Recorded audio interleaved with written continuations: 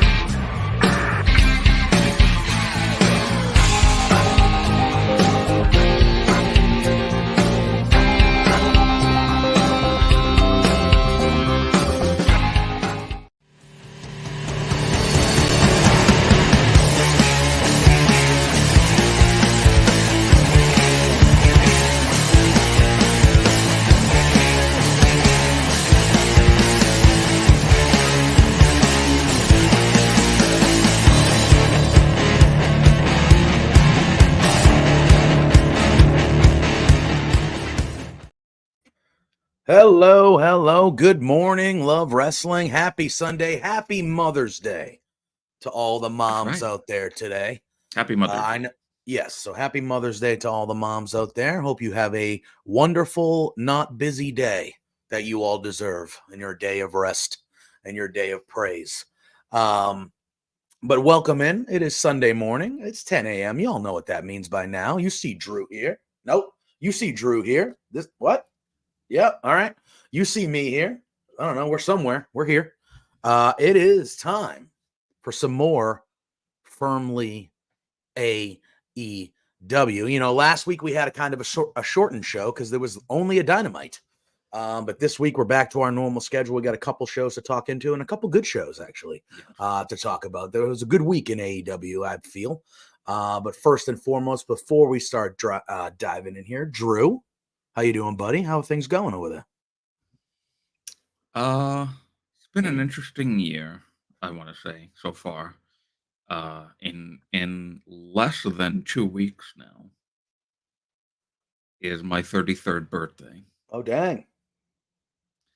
So that's been reflecting on that a little bit because that's a third of my life now, and maybe, yeah. If we go by just the number, by the time we get there, you never know. We might be able to live to like 200.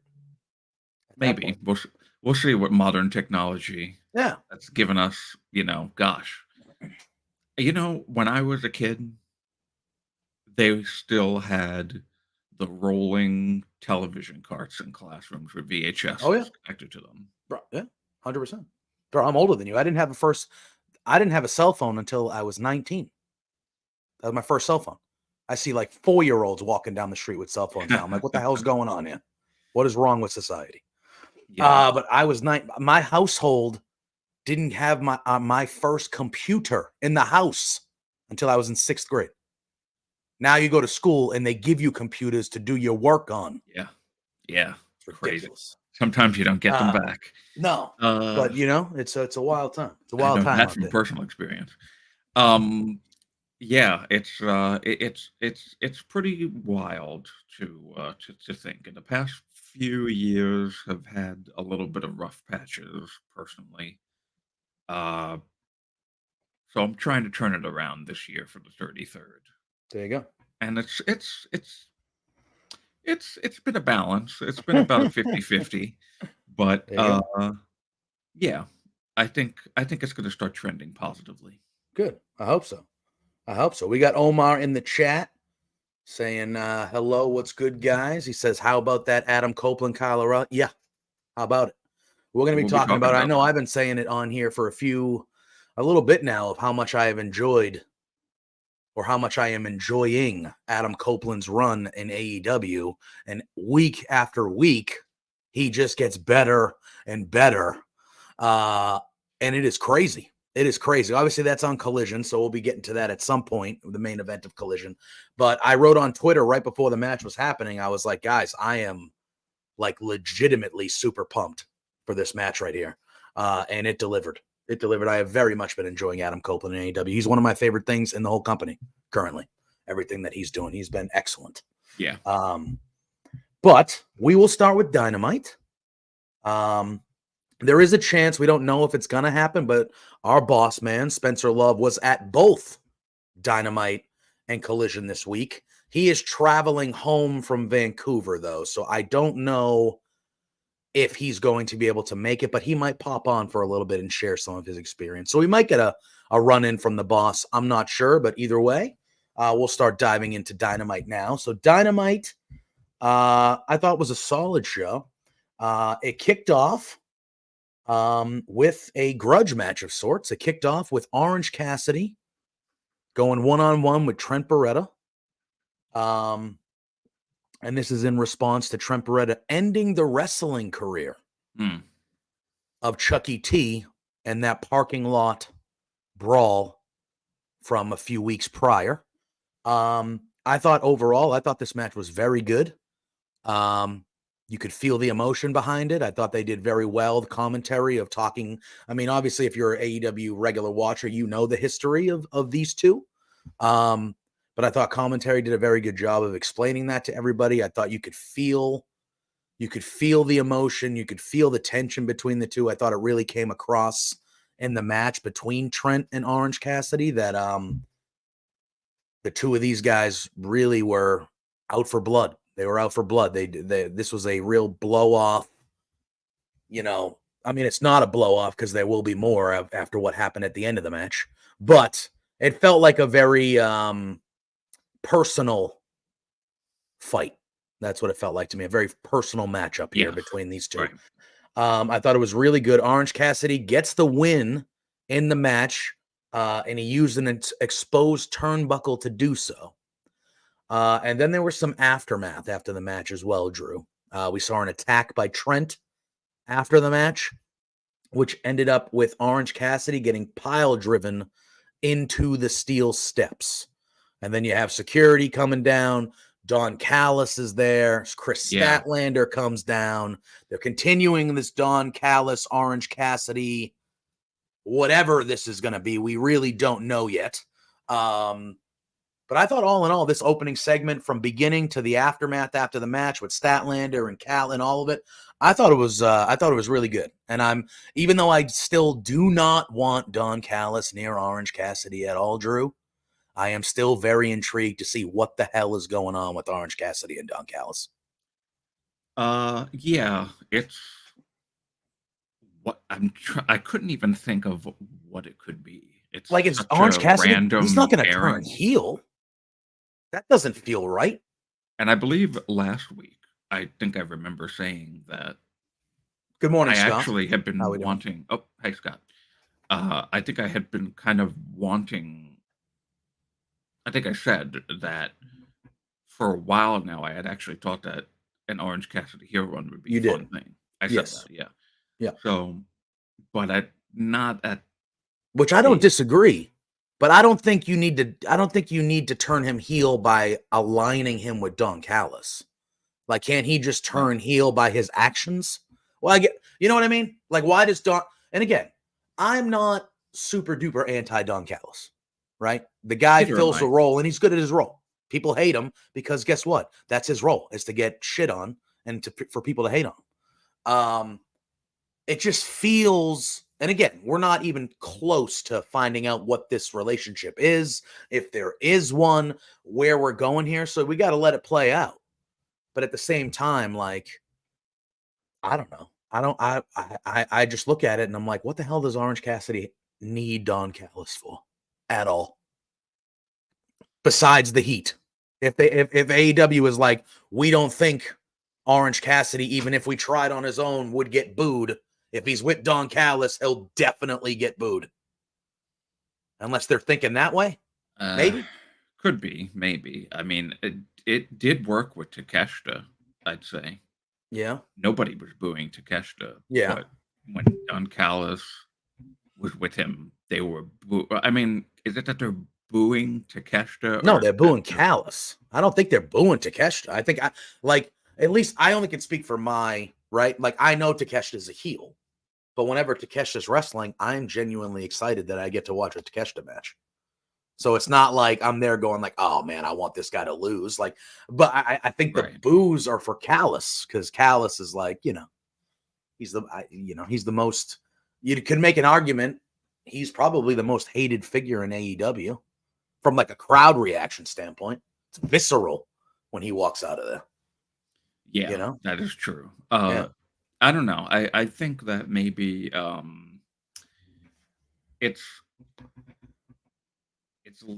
maybe Trent ends up with Don Callis. I thought, I mean, and now the last couple of weeks we've seen Statlander make her presence felt. Like she's come out at the end of these things and been like, hey, trying to like calm down, like more yelling at Trent than like dealing with OC. She's more like in Trent's face, like, hey, cut the crap. But then you have her storyline that's happening. Then you have, you can say the word. I know. But then you have her. I'm trying to work on that in general, Drew. I feel like I should swear less, even though I don't want to. I haven't sworn yet. Because I'm from Boston and we don't not swear. That's what we do around here. We don't. Brooklyn. It's not even all bad. And most of the time, I think it's just part of the vernacular.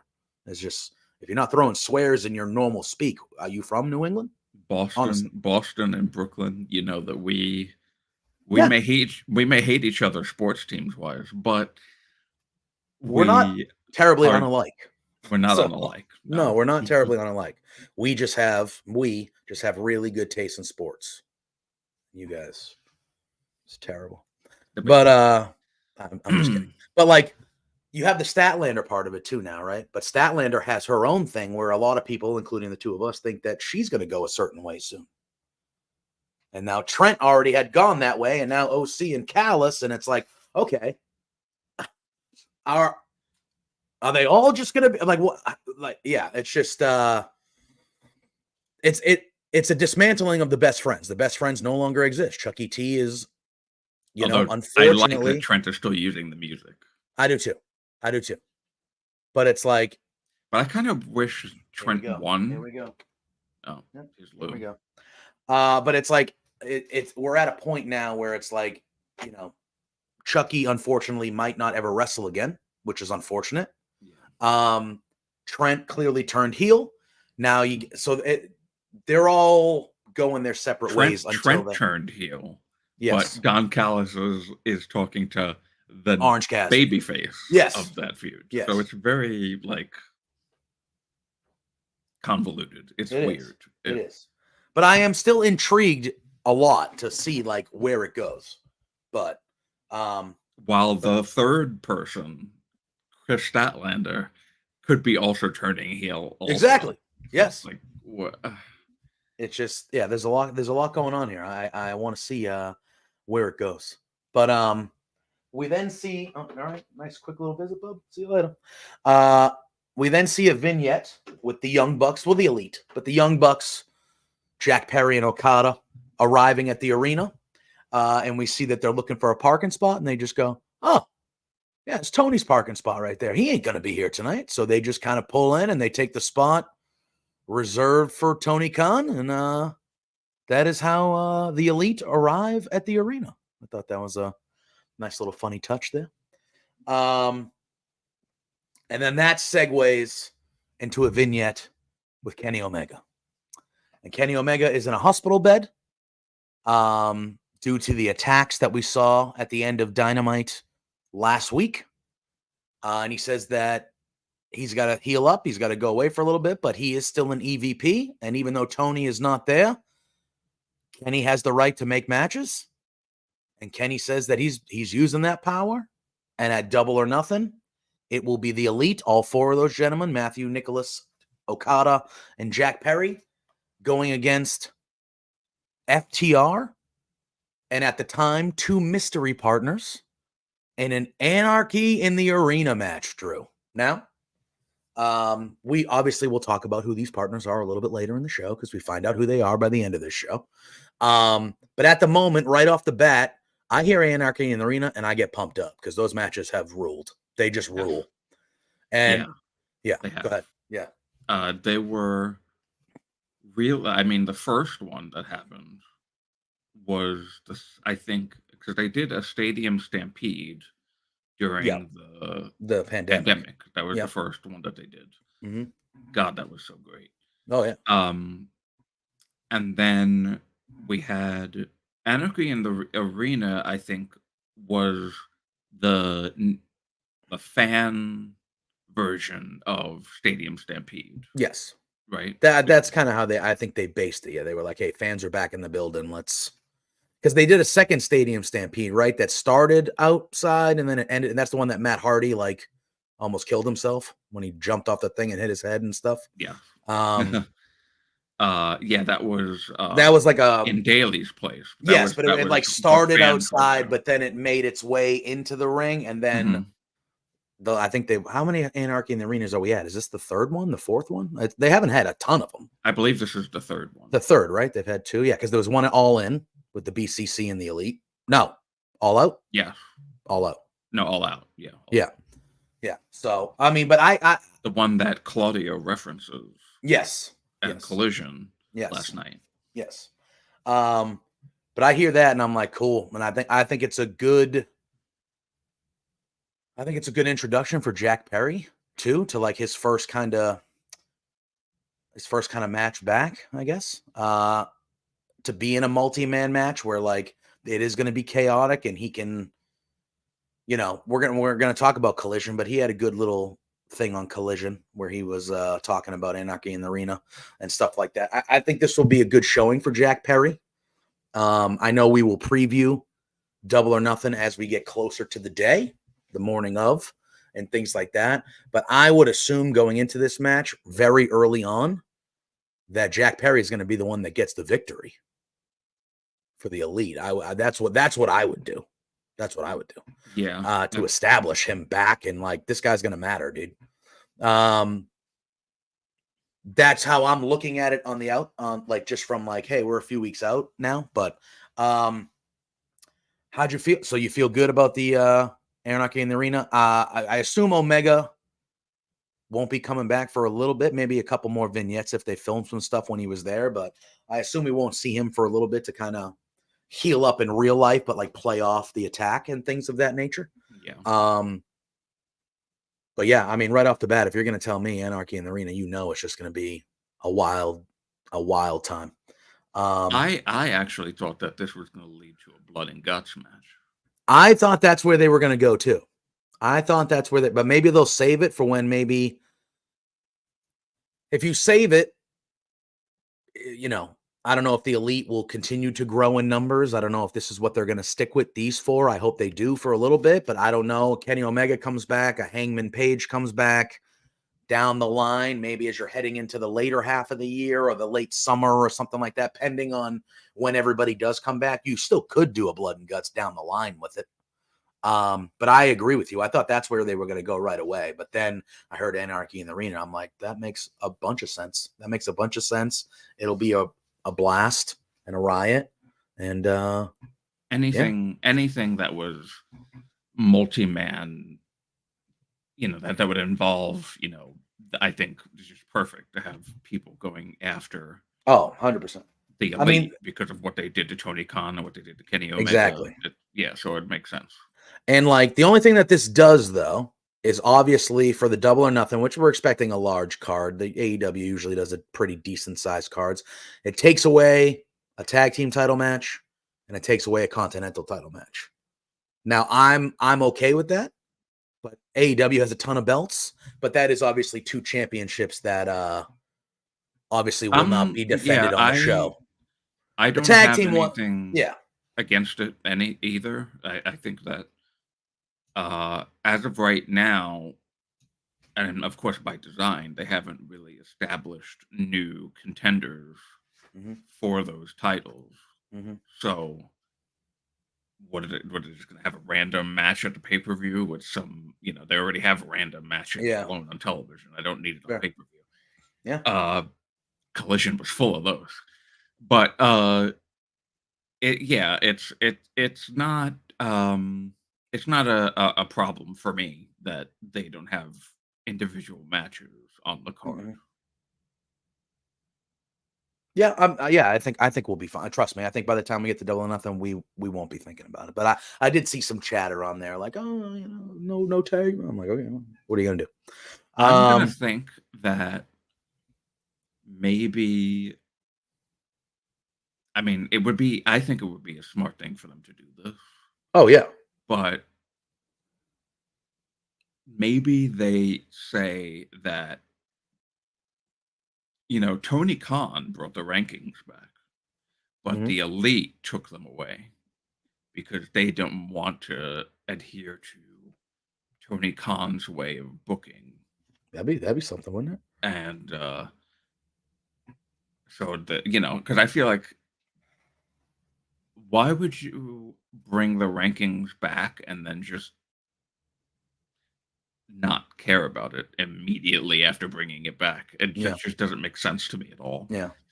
So I feel like they could at least, if it wasn't being done this way, a good storyline way of explaining that is, the EVPs, the dastardly EVPs, got those titles and said, screw your rankings.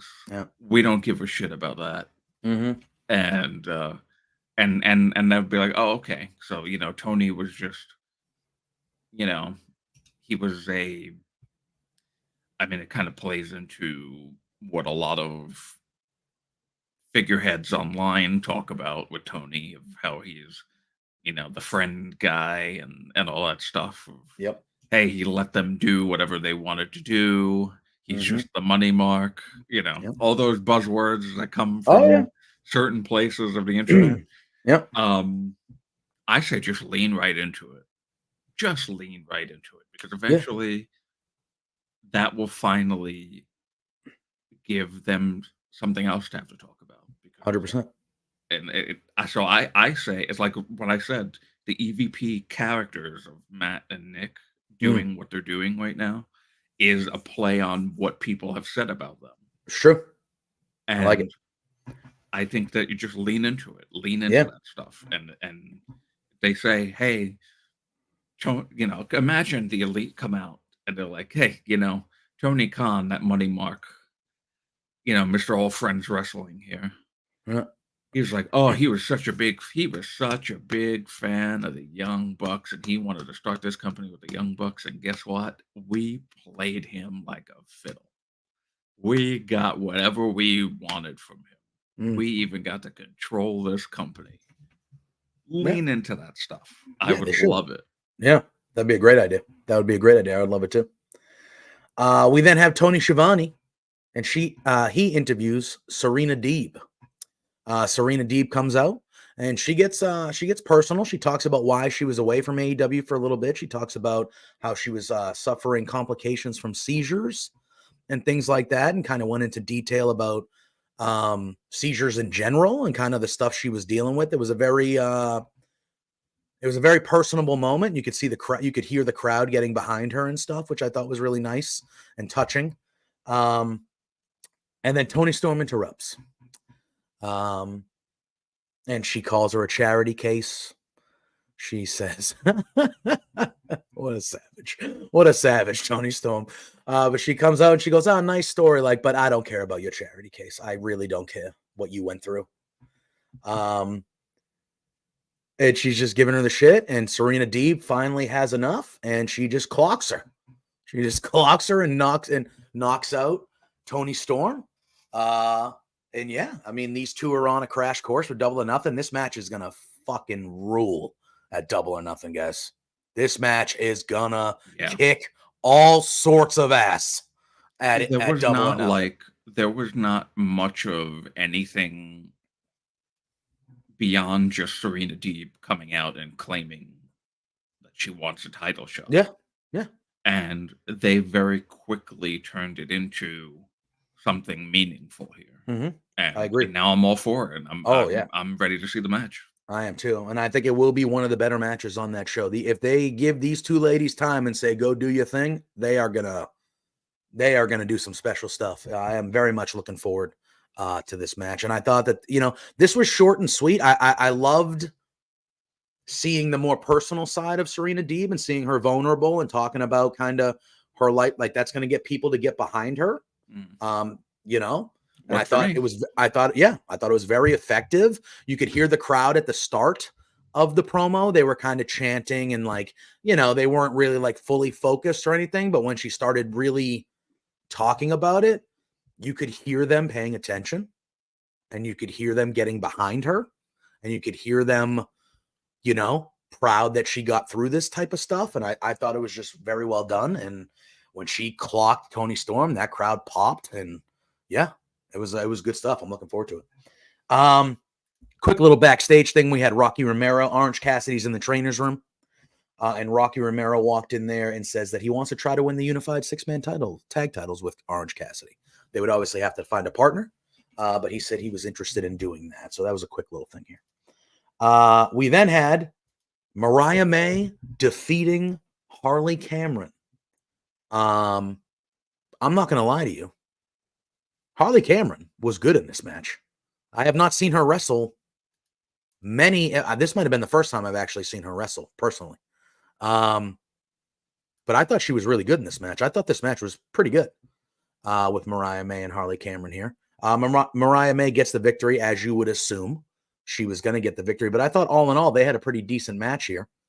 And then after the match, Drew, Harley and Saraya, who was at ringside with Harley, Saraya was, they attack May, and we see Mina Shirakawa save her, and then they do their little champagne toast thing to end this particular segment here. Not really sure how I feel about I don't know much about the Shirakawa wrestler at all. I know they had a connection in Shimmer. I know they were either friends or in the same group or maybe more in Shimmer. They've kind of teased it a little bit over here in AEW, but this is the second or third time now that Shirakawa has come out to kind of save Mariah May from a beating. And then they do their champagne toast and their hugs and their stuff like that.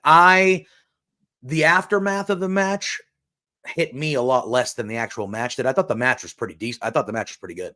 Yeah. The aftermath, like I said, I don't know much about the Shirakawa person, and that's on me to do, to learn more about her. And Shirakawa has nothing to do with Toni Storm. No, that whole deal. So yeah, so it's like a completely kind of just a separate side story to the main thing that's happening. Mm-hmm. But I don't understand anything about the side story. I could, like you said, if I go and I'm not going to be one of those people that goes on Twitter and goes, AEW didn't tell me anything. No, yeah. I mean, I have a computer right in front of me right now. I could easily figure it out in 2 seconds, but I just don't know much about it. But I mean, I think we all assume at one point Mariah May versus Toni Storm is going to happen. That's going to lead to something that's going to be friction between the two of them, but it's clear that it's not going to happen now. So I'm all for giving Mariah May like a secondary story because she's clearly very, very good. Yeah. Very, very good. And they want to show her on TV as much as they can, and they want her wrestling and doing all these things. So if you're not going to, there needs to be more depth to her character than just Toni Storm's sidekick. And I think that things like this give her that little more, even though guys like you and me at the moment, we're just kind of like, we don't really know the connection or what's going on. But like, this is them giving her more so she can be, because they don't just want her to be a background character. They clearly want her to have her own lane of like, hey, this is a future main star in the division, They're making her out to be a bigger deal than they're making her out to be a bigger deal than Toni Storm expects her to be. Yes, agreed. And because Toni Storm thinks of her as a side character that doesn't mean anything. Yes, correct. And when that eventually blows up, then she's going to realize, oh, I was wrong. And that's, I can't wait for their match whenever that happens, too. So, whether it's for the title or not.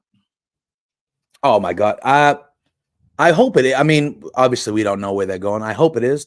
I'm here, guys. Don't worry. Lou just needs his spotlight here.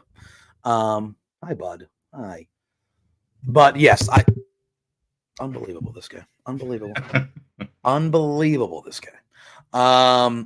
But yes, I hope it's for the title, to be honest with you. I think they're doing it in a way that if they continue to kind of build Mariah up the way they have been, it could be. I don't know what their plans are for whenever Tony does lose that. We're still waiting to see Jamie Hayter hopefully come back at one point. We're still waiting to see a Britt Baker come back at one point. Thunder Rosa, who we'll talk about a little bit later today, she's back and she's looking like she's in prime form again. So like there's a lot of ways they can go about this. I know, man. I would think they got to be hoping that Jamie Hayter can come back at some point and they can do a Tony Storm Jamie Hayter proper match for the title. I would think that would have to be something that AEW is hoping they can do, but Mariah May versus Tony Storm at All In Wembley, if they want to do it that quickly, I mean, that'd be a big time money match with a big juicy story if they did it, so I'm hoping it's for the title by the time we get there for sure. We then had, this is something I'm interested in, Drew. We had Pac. And Pac, Jesus, unbelievable. Does he not know I have a show? We have Pac out back, and he is confronted by Jay White. And White teases potentially challenge in the whole thing. He's making fun of Pac. They're all making fun of Pac a little bit because Pac, first of all, he had dry hair. His hair was drier. It was a weird. I didn't dislike it, but I'm so used to the stringy, super wet hair that the dry hair was like, that is a weird look, man. But, they're all dragging Pac down. And then Jay White mentions, he throws something in there. He goes that he's potentially thinking about challenging Okada for the Continental Championship. So Jay White versus Pac, Jay White versus Okada. Yes, please. And yes, please, Drew. The three of them in a match together. Triple threat match. You want to throw a triple threat for the Continental at Forbidden Door or something like that? God bless. God bless. I'm all of it. Any combination of these three guys. Anyone. I have a question. Yes. Why do Bullet Club Gold have 3 belts? They have 6 technically, don't they? What is the other one? Well, they have the ring. They have the Ring of Honor. Ring of Honor. They have the AEW. What is the other one? But I think they have the original AEW Trios belts, and then they have the acclaimed ones. Oh, so they're just carrying. I honestly, I swear to God, this is just me being me. I didn't even know they had 3 sets. I thought they just had 2. I thought they just had 2. Not this week, but my last week. And I forgot to bring it up on the show. My assumption would be that they have the Acclaims Trios belts, but those are made specifically for the Acclaim. So my assumption would be the 3rd set were the original AEW Trios belts. We just haven't seen them in forever because the Acclaimed were the champions for what felt like 2 years. That's my guess. I have no idea. That would be my guess. Probably you're right about that. I just didn't. When I saw it like a week or 2 ago, and I keep forgetting to bring it up on here. I was like, why are there 3 titles? Yeah. I'd have to look into that now. I honestly didn't even know, but that would be my guess. But you know what happens when you assume. We then have, here it is, Drew. Here's the juice. Swerve Strickland and Christian Cage. What? And not the Robinson. Yeah. Please, can he come back soon? Miss that guy. We have the face-to-face with Swerve Strickland and Christian Cage. Christian comes out with the Patriarchy. They're going back and forth a little bit, and it looks like they're going to set up to go take out Swerve again. And Swerve says, hey, I told you last week that I didn't come alone. And we see Brian Cage, we see Bishop Khan, and we see Toa Leona come the mobile embassy behind Swerve. Now, for the last couple of weeks when Swerve has been taking these beatings, everybody's been screaming from the rooftops, where's the mogul embassy? Why doesn't Swerve have friends? Where is the mogul embassy? Well, we saw them. They get in the ring. They're standing behind Swerve. Christian says, he's kind of looking angry, and Swerve goes, "Do something now. Do something now." And Christian says, "I will." And Christian kind of looks in the ring and he gives a little head nod, and Brian Cage attacks Swerve, and the Mogul Embassy turns on Swerve. And they drop him with the powerbomb. They leave him laying. And then later, right after this, we see Christian Cage walk out back. So they kind of go right after all this happens, which we'll talk about, obviously. They go right to out back, and we see the Young Bucks back there clapping, going, "Oh, what a segment. Great, great, blah, blah, blah," kind of like that. And you see Christian Cage and the Patriarchy walk back there, and Christian Cage shakes their hands.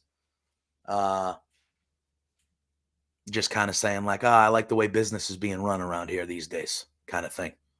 And that was it. I don't know if that's going to lead to a further business arrangement with the Young Bucks and the Patriarchy or Christian, but clearly because of the Swerve tie-in calling them bitches for what they did to Tone, it's clear their, sides have been drawn, lines have been drawn or whatever. But I thought it was very good. I'm intrigued by the Young Bucks kind of making business arrangements or like helping out the other heels on the roster too.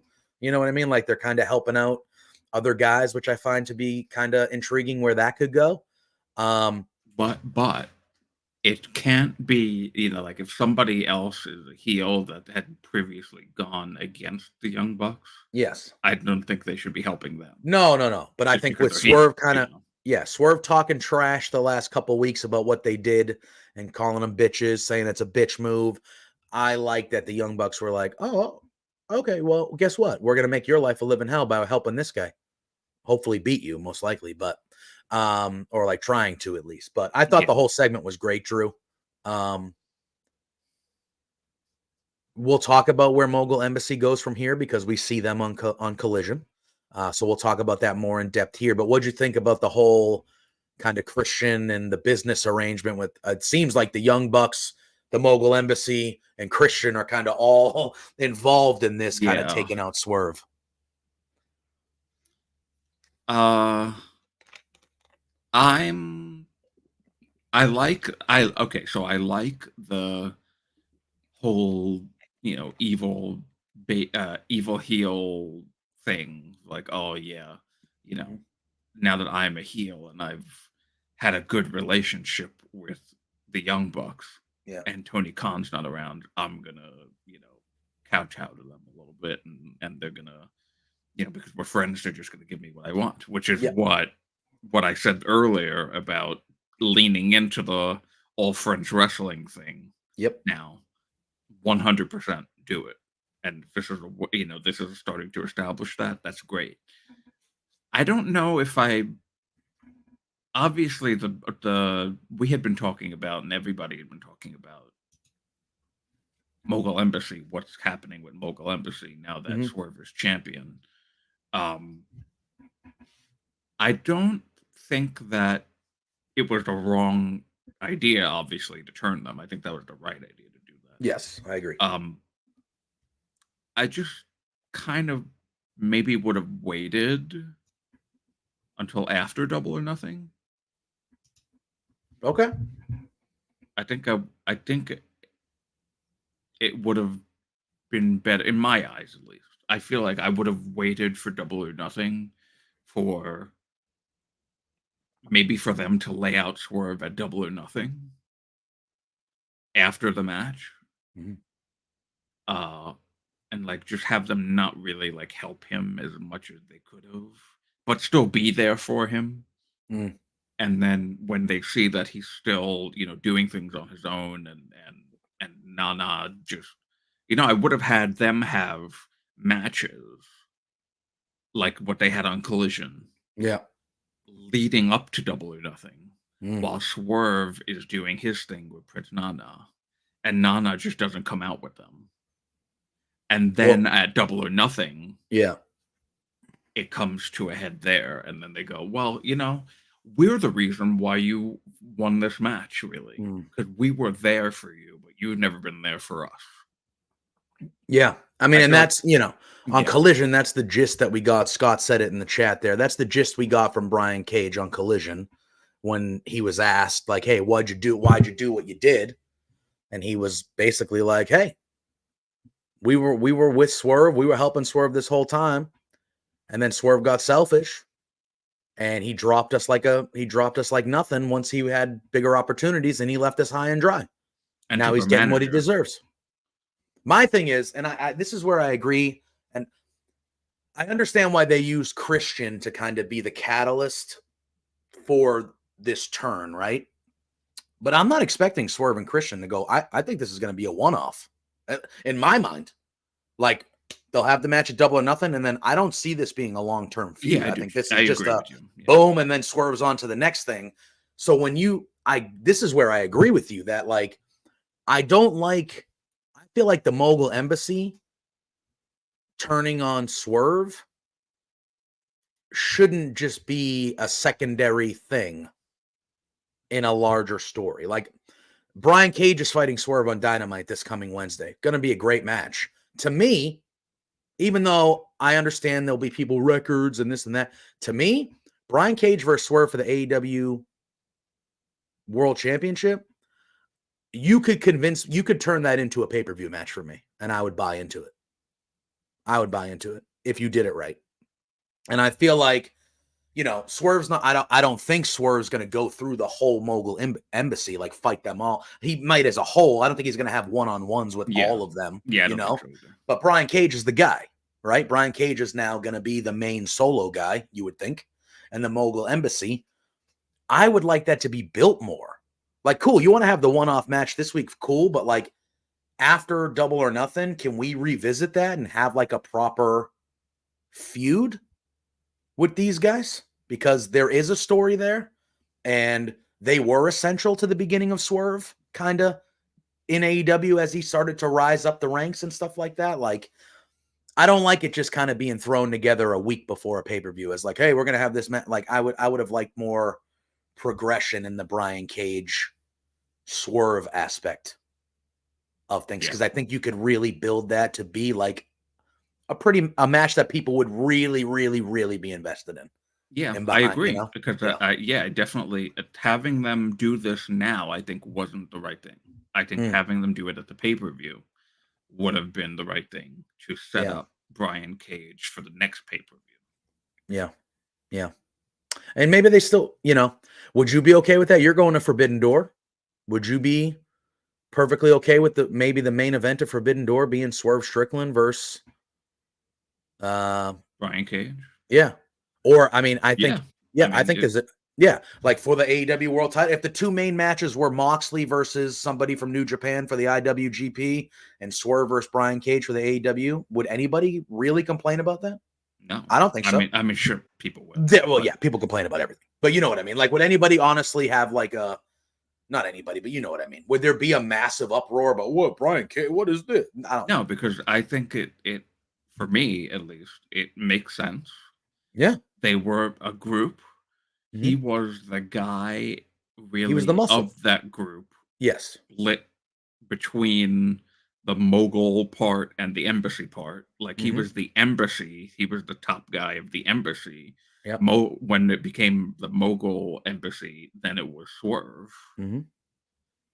He had that group with Prince Nana as well for mainly Ring of Honor. Yep. And then it became Prince Nana and Swerve with them as the side characters. So I think that works. I think I would see, but now the problem is the match on Wednesday is an eliminator match. Yes. Because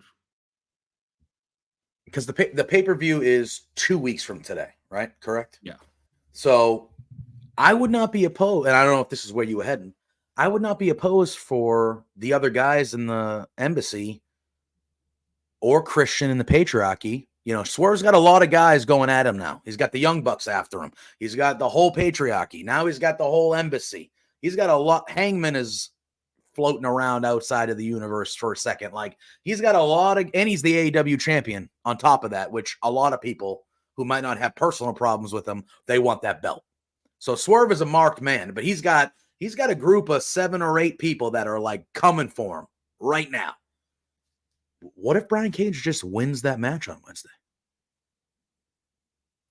What if Christian gets involved? Yes, no, with help. Yeah. What if the Patriarchy gets involved? What if the Embassy gets involved? What if the Young Bucks get involved? What if something happens and it's 4, 5, 6, 7 on 1 and Brian Cage gets the victory, and then Swerve has to worry about Christian, and then after that, Brian Cage goes, "Hey, remember a couple weeks ago when I beat you? Oh yeah." Now and then we build to the actual championship match. Is that something that could happen? Yeah.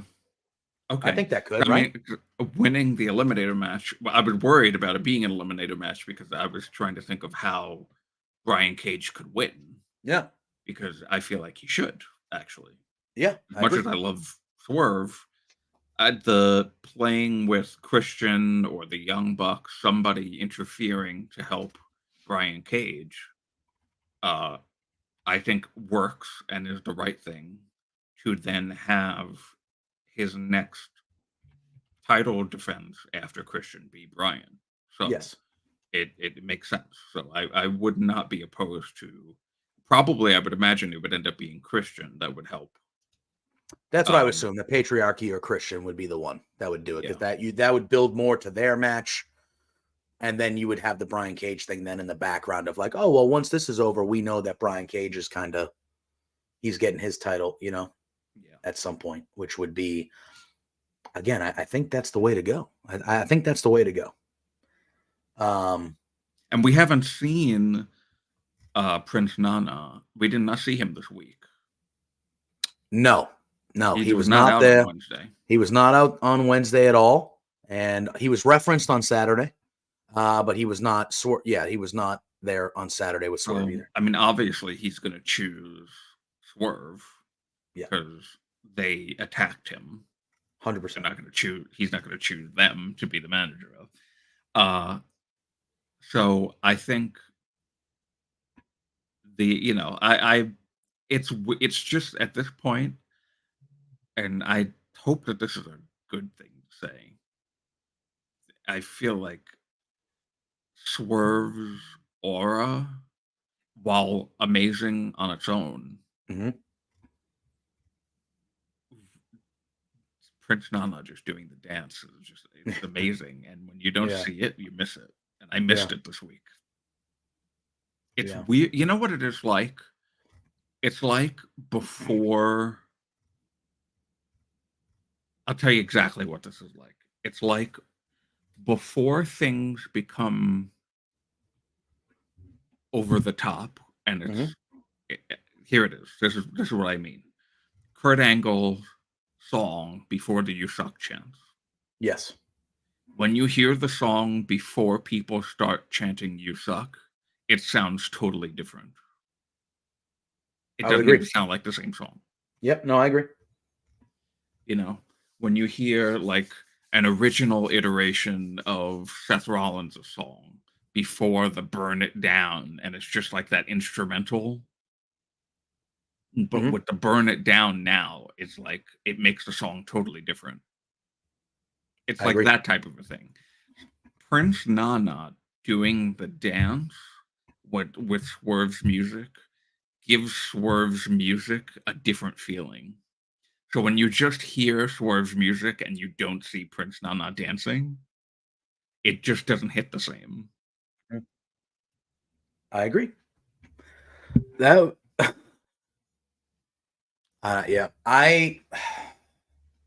very intrigued about. Do you see it a time where Prince Nana isn't with Swerve?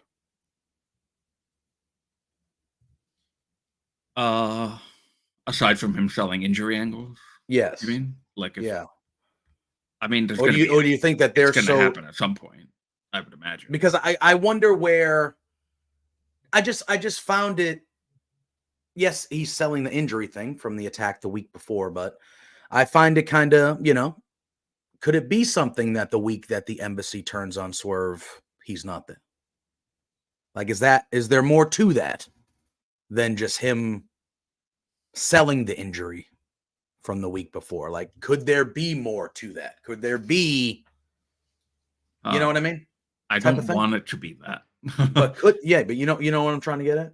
Like, is that a thing that I feel like that's just so over? Yeah. So massively over. Yeah. That you can't stop that yet. You got to keep that going. I don't disagree. And I feel like, Brian, the Gates of Agony and Brian Cage, they're fine. They're not bad, and particularly Brian Cage, I feel like is the bigger star of the three. And nothing against Toa and Bishop Khan, but there's an issue, I feel, an issue where there's a lot of just mid-card. Like, I get that feeling with a lot of people, unfortunately. Yes. And I get that with those three guys. Brian Cage maybe could be TNT. I think Brian Cage, Continental, whatever. Yeah. But I think Brian Cage, if presented properly, is one of those guys that you can throw into a world title match on an occasion like this. You know what I mean? Where it's like, okay, that makes sense. I think he fought Moxley in one when Moxley was the champion early on. Yeah. And it was a good match. And it was like, okay, If Ring of Honor was treated more seriously, Gates of Agony would be a big deal in that company. I agree. But because it's not treated seriously, they're just guys. Yeah. It's unfortunate. And I feel bad saying that about them. I genuinely do, because I like them as a tag team. I think they're a really good tag team. One of them is incredibly attractive. Hey. But I'm not saying it for that reason. But I think that they need to, and I am not above criticizing Tony Khan. It's something that needs to be done sometimes. Oh, for sure. I'm not one of those, silly dumbasses on Twitter, worshiping at the altar of Tony Khan. I do not do that. Even though we have an AEW podcast, we're not chilling for anybody. We say it how we feel. And Tony Khan does not treat Ring of Honor seriously, and should. As of this moment, he does not. I am here. I'm May listening. 11th, 2024. He does not. May 12th. I'm going to turn on my camera for 10 seconds because I got to get this cat out of here. Yes, I will. But I'm listening, so you keep talking. Yeah. We need to have Tony Khan treat Ring of Honor more seriously and not have it be, I don't watch it, but everyone that I know that watches it doesn't like it. And that's just unfortunate. Like, the matches are fine, but the problem with the matches, which we're going to talk about on Collision, by the way. Oh, yeah. The problem with matches, just for the sake of matches, is it just doesn't give you that feeling of like importance. It doesn't have any, it has no sense of importance at all. Yeah. And Ring of Honor shouldn't be treated that way. I agree. I mean, listen,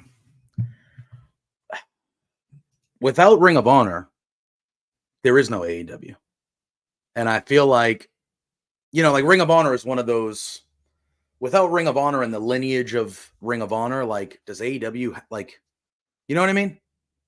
You know what I'm trying to get at? And I feel like everyone was so excited when Tony bought it because they were like, oh, God, yeah, he's going to revive Ring of Honor. I'm going to say something that no one has ever said before. And I know that I'm right.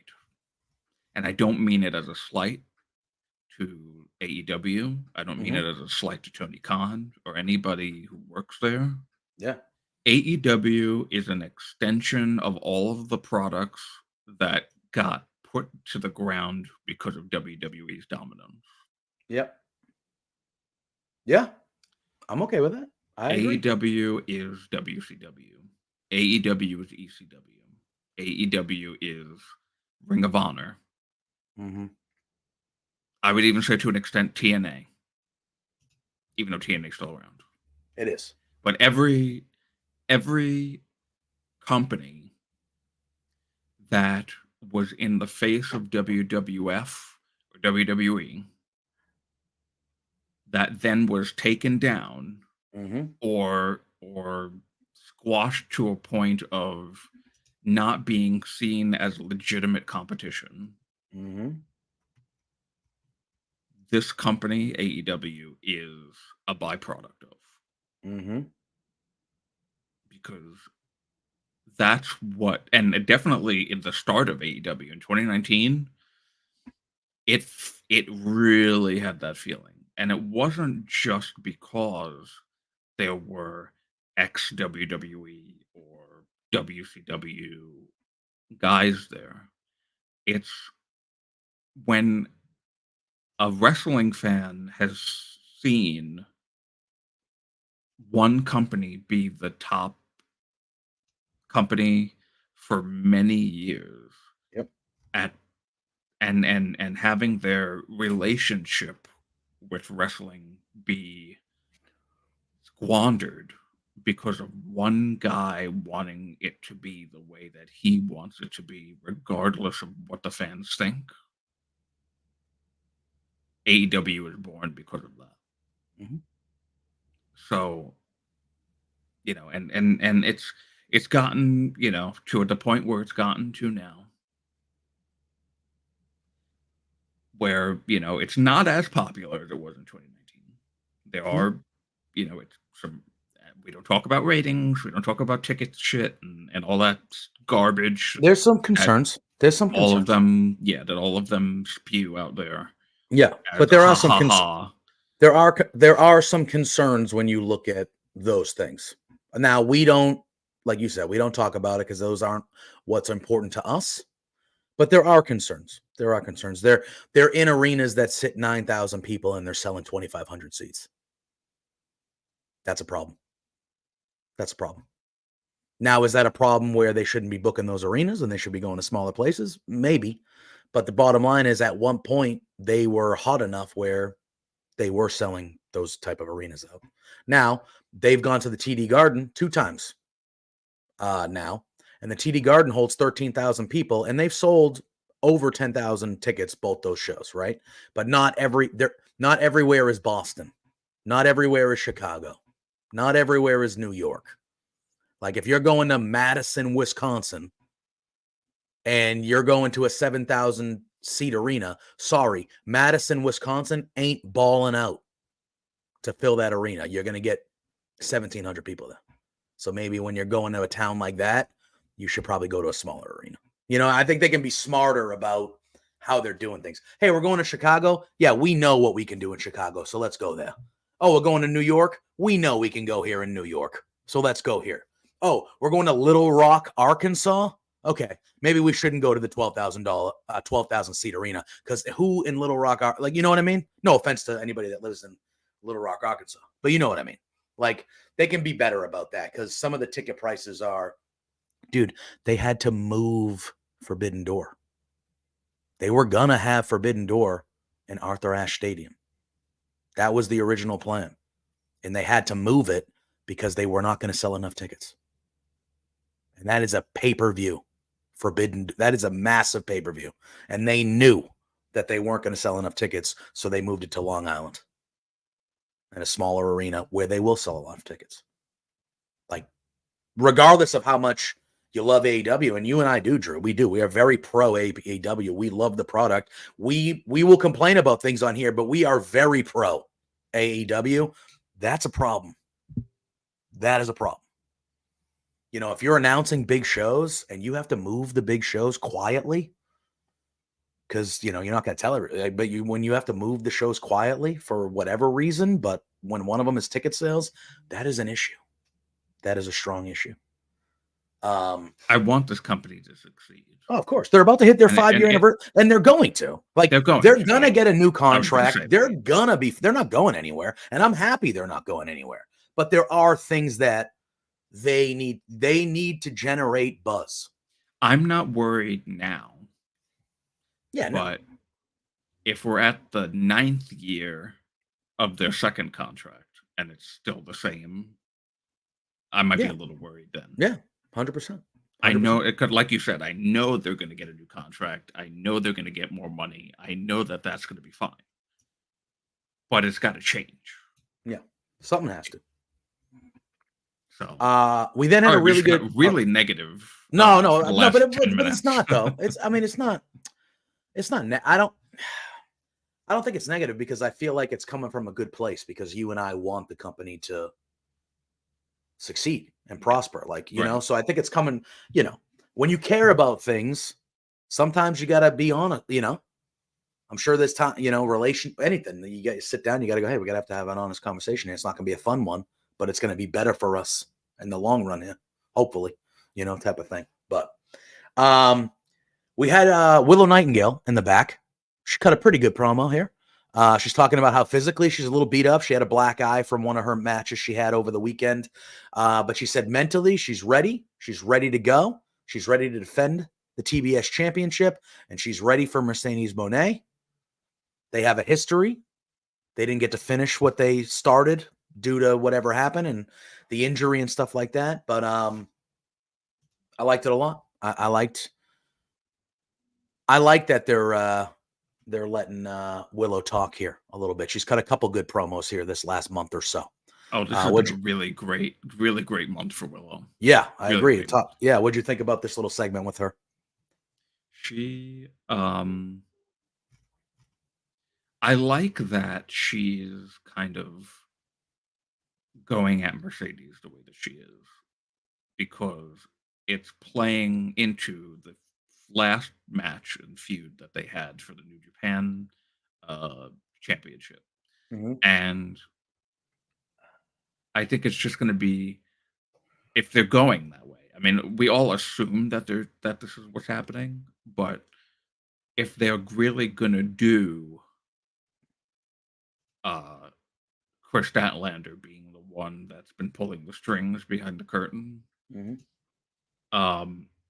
I think this is the best way to do it because neither of those women, one thinks it's the other doing all these things, but then it's the shadow person back here that's been trying to calm them both down and not have any friction and all this stuff. And then, it turns out, well, actually, she's been planning it this way the whole time. Yeah. So I hope that that's what they're doing because it really, I mean, the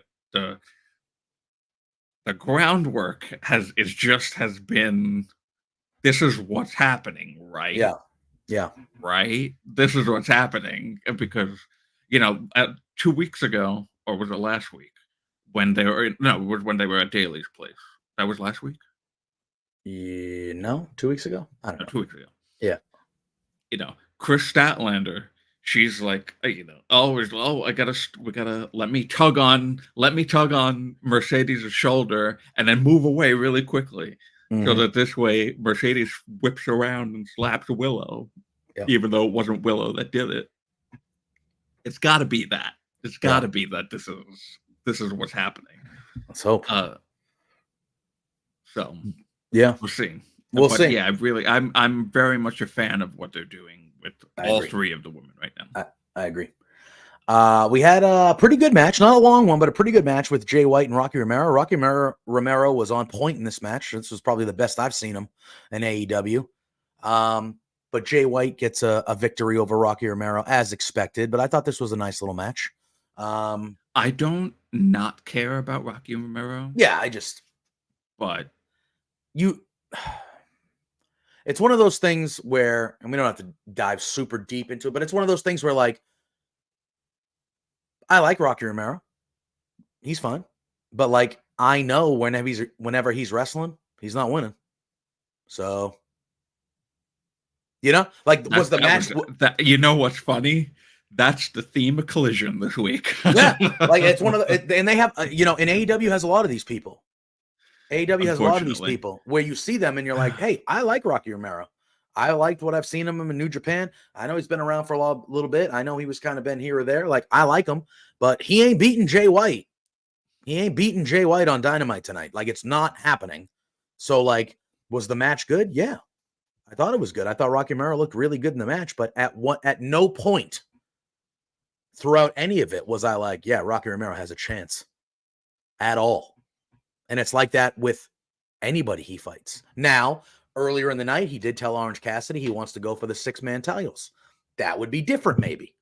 If he's in a good 6-man with OC and they get a third good partner, that's different. Maybe I would then be like, okay, I actually think this is right. But as himself, do I think he's going to have good matches? Yeah, but like, I don't think he's going to win any match that I watch him in singly until I actually see him win one.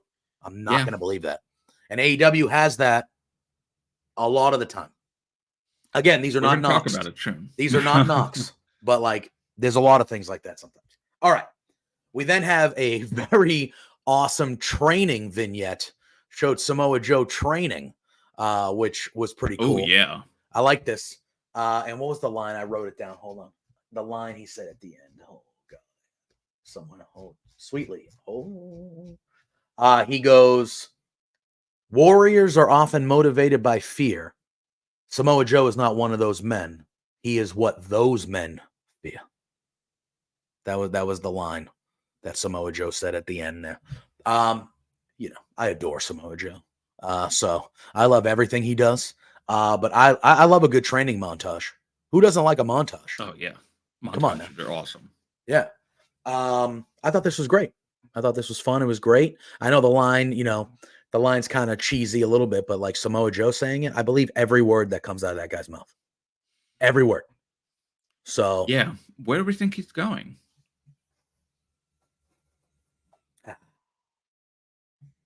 I honestly don't know, to be honest with you. I don't know. He's one of those guys that you could fit in anywhere, though, and he's going to make it work because he's just great at what he does. But I honestly don't know. I'm going to be honest with you. I wouldn't mind him going for Okada. But is he still going to be I don't know. Joe's like a bad guy, technically, but everyone loves him because he's Samoa fucking Joe. So everybody loves him. I don't think people were even booing him. No. Swerve, no. Dude. I have not met a soul who has told me, like, when I'm like, oh, Samoa Joe, they're like, yeah, I don't like him. I'm not a huge fan. Never met anybody that's ever said that. Ever. So, I don't know. But, I mean, hopefully, I assume they'll set him up for something good, but, like, I wouldn't mind him going after one of those mid-tier titles or getting involved in something juicy, because I think he should be in all the stories. He could be the next TNT guy after the Malachi Black and House of Black. I would be okay with that. Samoa Joe and Edge would be more than okay for me. I call them Edge. My bad. All right. We then had, and I actually messaged you on Twitter about this when this was happening, because you and I had both watched Dynamite on a little bit of a delay. We had Big Bill and Chris Jericho go up against Mo Jabari, LPW, former alum Mo Jabari, and Harlan Abbott. Big Bill beats both these guys by himself, basically, and just hands the victory over to Jericho. Lets Jericho get in there, get the win. And then after the match, Jericho cuts a little promo. And you mentioned you were hoping the Young Bucks lean into some stuff earlier. Jericho. Oh, boy. And over the last couple weeks on here, you guys have heard me and Drew. We've turned around on this Jericho thing a little bit here. But now Jericho is leaning in, because he even made a line in here where he was like, oh, more TV time. He goes, I want that. Or something like he leaned into it, because he's not however you feel about the dude, he's a very smart guy when it comes to this stuff and reinventing himself. That's one of the things, to me, that is his most amazing trait in his longevity is how he has reinvented himself what feels like a dozen times, and he always makes it matter. He always makes it matter. He said, "Oh, I wish I could be on for 2 straight hours." Yeah, because I do it. I do it. And he's saying and leaning into all the stuff that we are all complaining about, because we're all the ones saying he doesn't need to be on TV every week. Well, I think we're a little done with Jericho. He doesn't need to be on TV every week. And he heard all that shit, and he just goes, well, strap in, guys, because I am going to be on TV every week, and I'm going to tell you how much I want to be on TV every week, and that I should be on TV more, and that everyone should learn from me and bask in my glory. Like, that's the character that he's going to, and I like it. And I like Big Bill with him. Yeah, I mean, the match was a squash. I mean, the match was a nothing match. But I'm digging it, man. I think I'm in on this now. I wasn't at first, but I think I am in on this. Or at least where we stand right now. Yeah. I've turned, and I'm in on it. That's where I'm at, Drew. I agree. 100%. That's where I'm at. Yeah. All right. Main event time. It is. And it was a good one.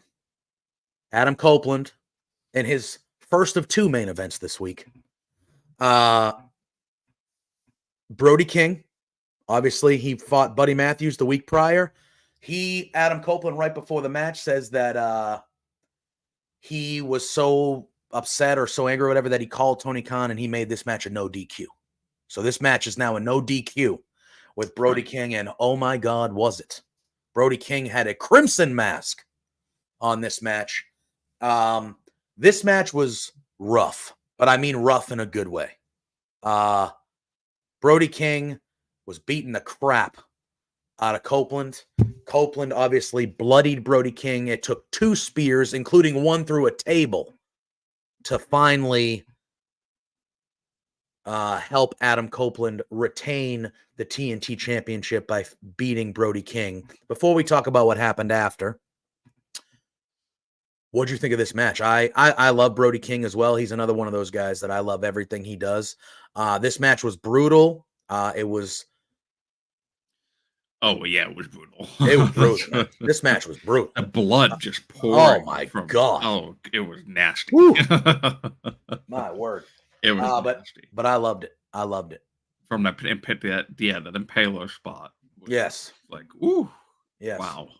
Yep. But yeah, this was good shit. I really enjoyed this a lot. And like you said earlier in the show, Adam Copeland is killing it. Just doing absolutely killing it. Incredibly.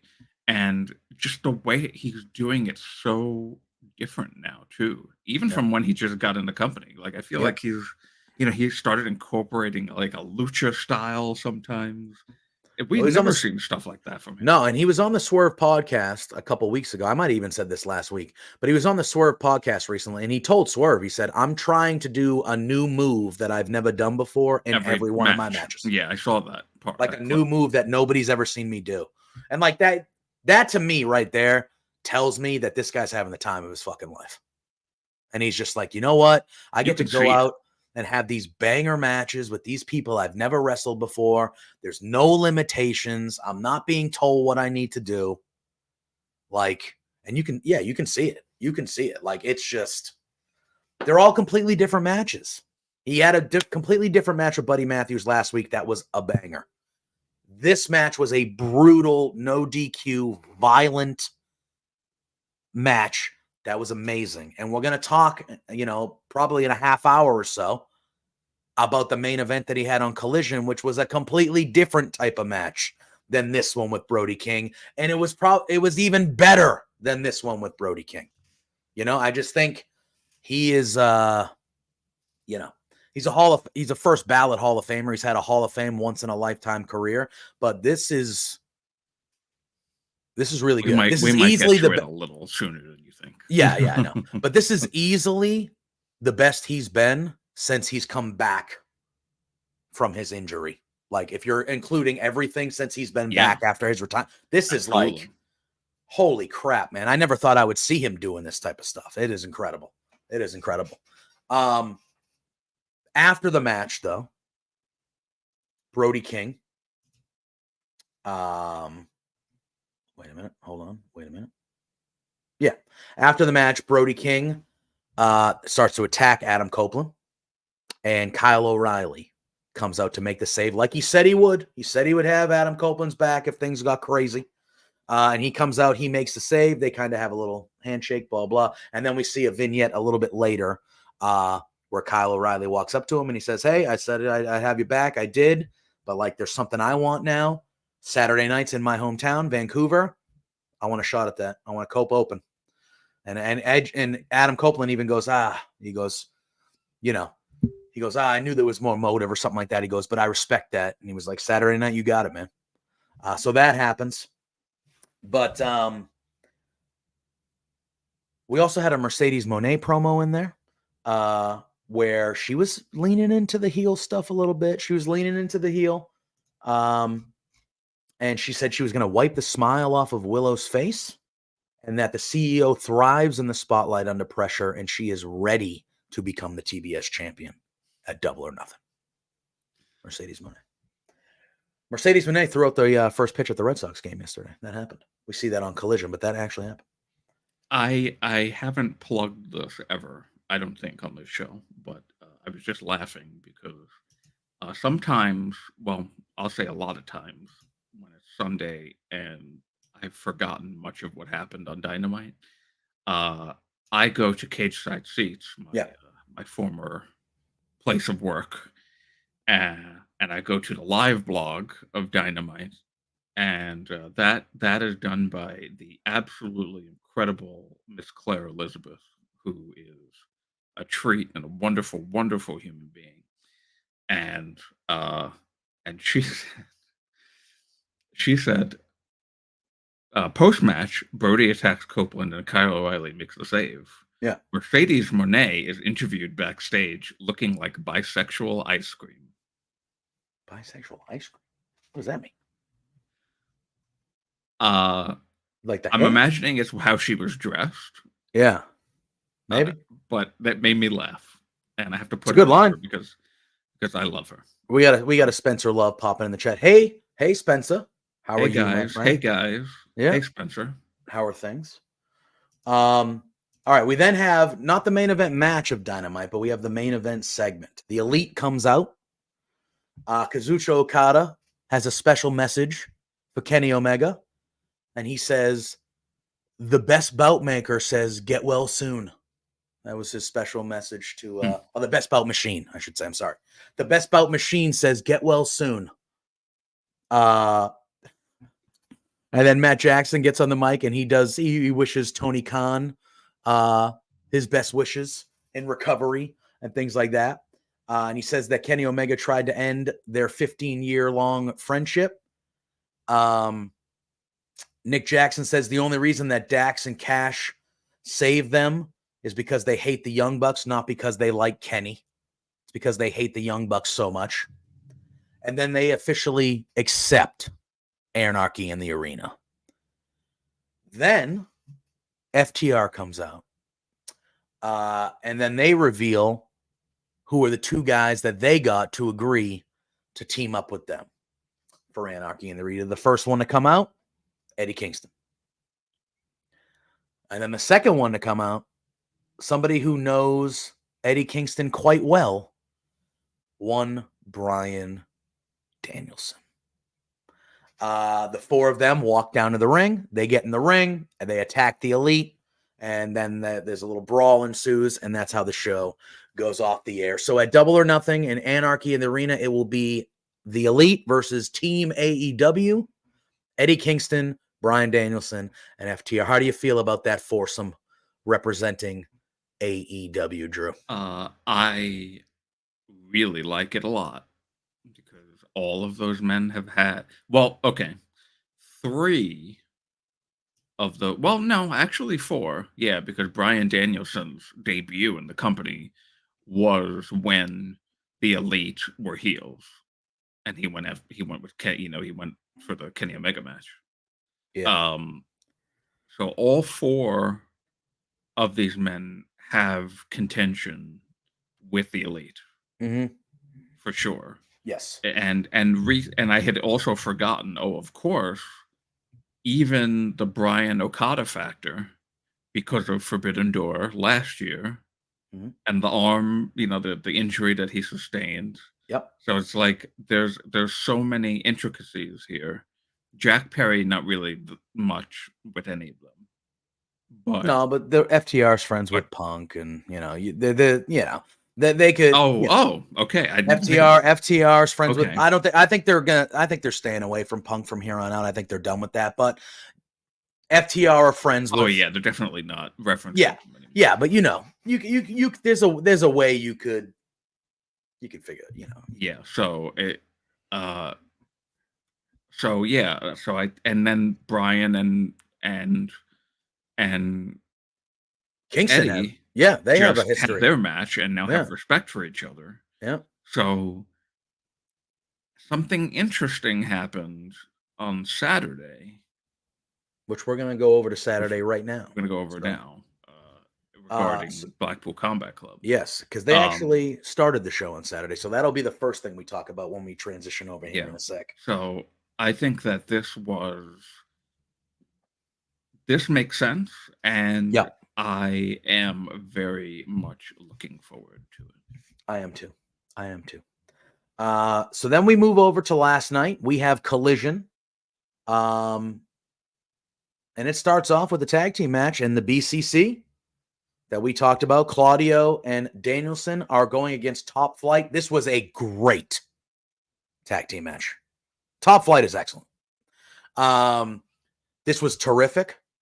The Blackpool Combat Club get the victory.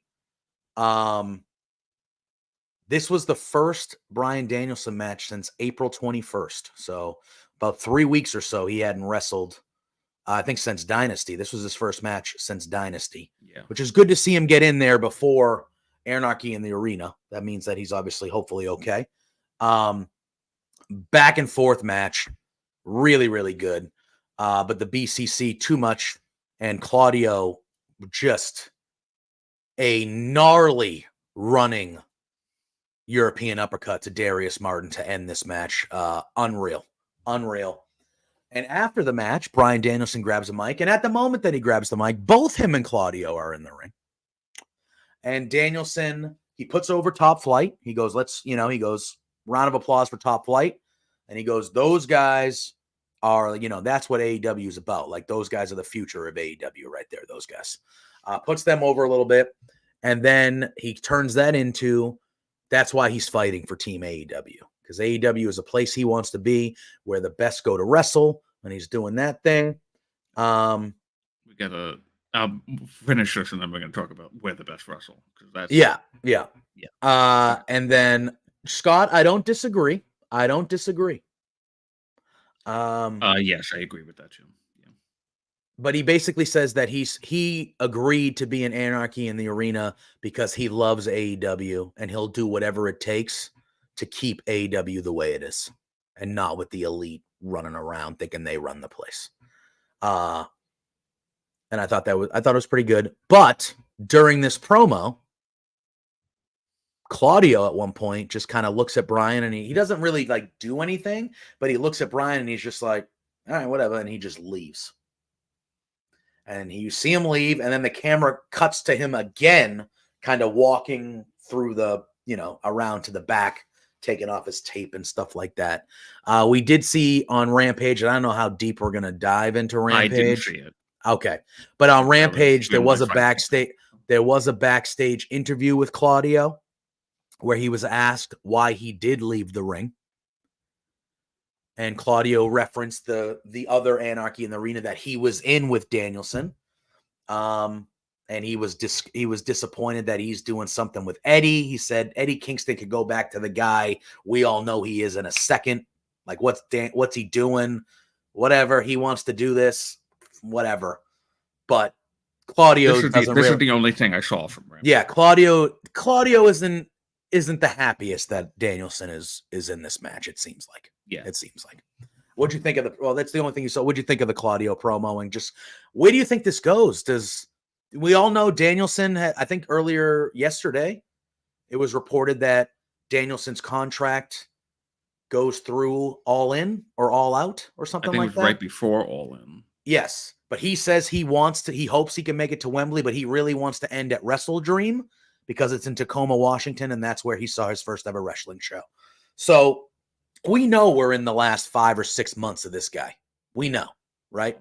No. I know. Well, from a full-time perspective, he said he would. He said, yeah, I'm sure he'll do maybe he'll do like a couple of pay-per-view matches. Yeah. But from a full-time perspective, we know we're in the home stretch here. Down the stretch we come.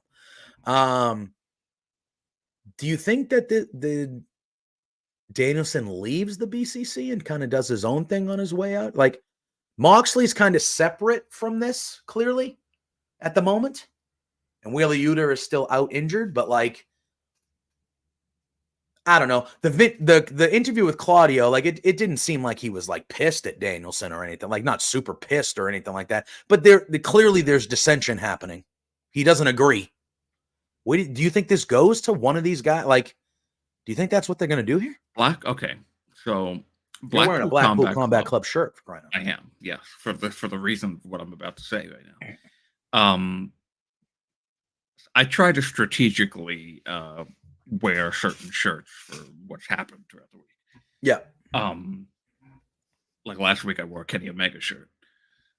I love the Blackpool Combat Club. Oh yeah. This group was what carried wrestling for me through the pandemic. And right after too, like right when fans came back and William Regal came into the company and that whole thing was formed. That was like the thing for me before I started liking the Bloodline again. It was Blackpool Combat Club. Yep. But I'm not really I understand the group, but I kind of felt like having it still even be called the Blackpool Combat Club when the Blackpool guy isn't there anymore. The point of it was William Regal's Blackpool Combat Club. Yeah.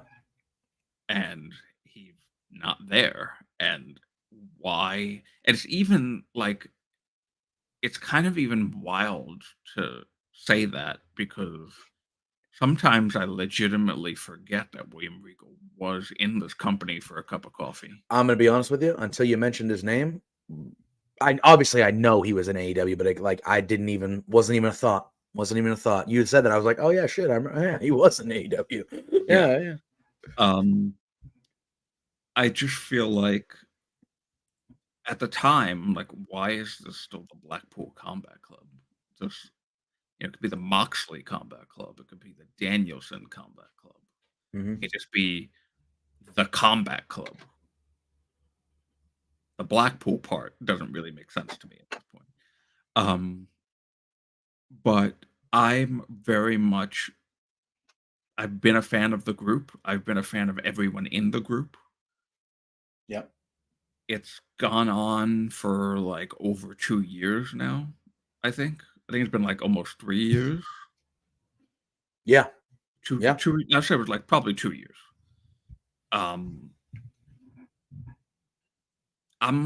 since Moxley pretty much lately, I'd say ever since he came back from being out for a little bit for the like getting healthy, rehabbing, whatever.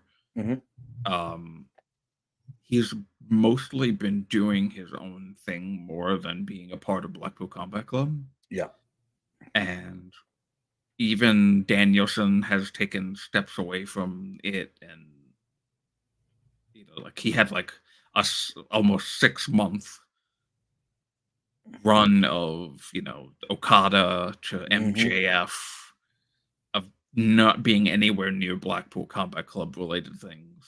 Yeah. And it's not that it's bad that they can like cycle in and out, but it doesn't, like when they say, oh, we're going to have Blackpool Combat Club versus FTR versus Top Flight, I don't feel like it's actually Blackpool Combat Club anymore. I feel like last night was just Danielson and Castagnoli. It wasn't Blackpool Combat Club. That's fair. That's fair. So when you say, do you think Danielson splits from this?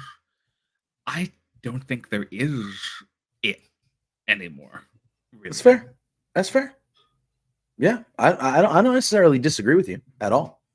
Yeah, it just seems like I don't know. I don't know if this will lead to anything between Brian and Claudio. I wouldn't be opposed.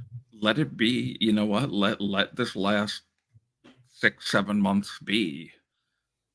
You know, Blackpool Combat Club done. I mean, yeah. I hope Wheeler's okay. I know he's had some really he's been out for a long time now. At this point, it's been a while. Bad concussion symptoms, and we don't know when he's going to be back. So you know, I hope that he's even able to come back. Yeah, that'd be nice. But as of right now, I don't really, and I guess maybe for a little bit now, maybe at least this year, when were all of them in the ring together? It was a while. Yeah, it was a while. Was there even one time this year? I don't know. This year, no. Wheeler's been out since longer than that. Or even the three who are there, have they been in the ring together this year? It's been a while. It's been a while. So I'm fine with it just kind of dissipating. And then for the last 7 months of the year, we have Danielson versus Moxley for the IWGP Championship. We have Danielson versus Claudio. If Wheeler comes back before the end of the year, Danielson versus Wheeler. Because those are matches that we saw those matches before. Yes. But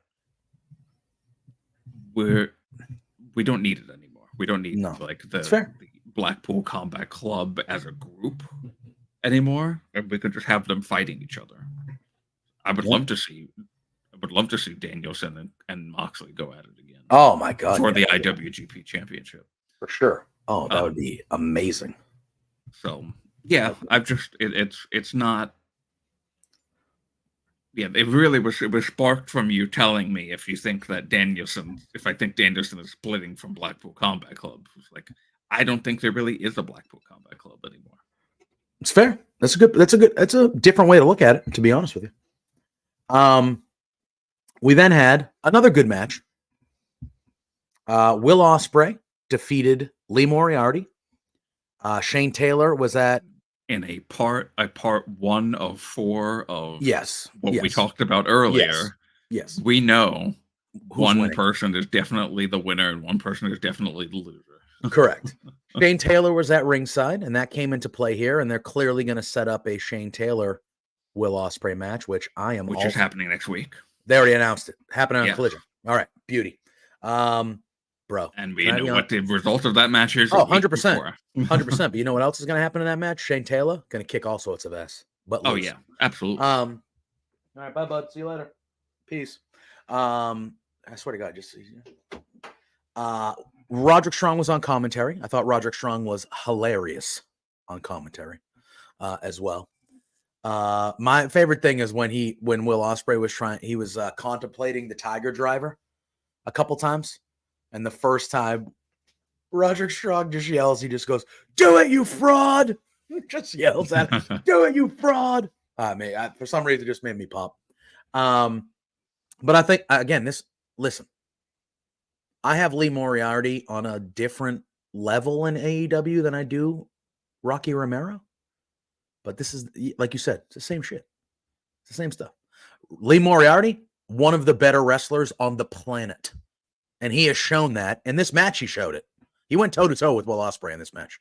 He is very good, Lee Moriarty. He is technically sound, one of the better technical wrestlers you'll ever see. Like, current times, one of the best. Had a great match.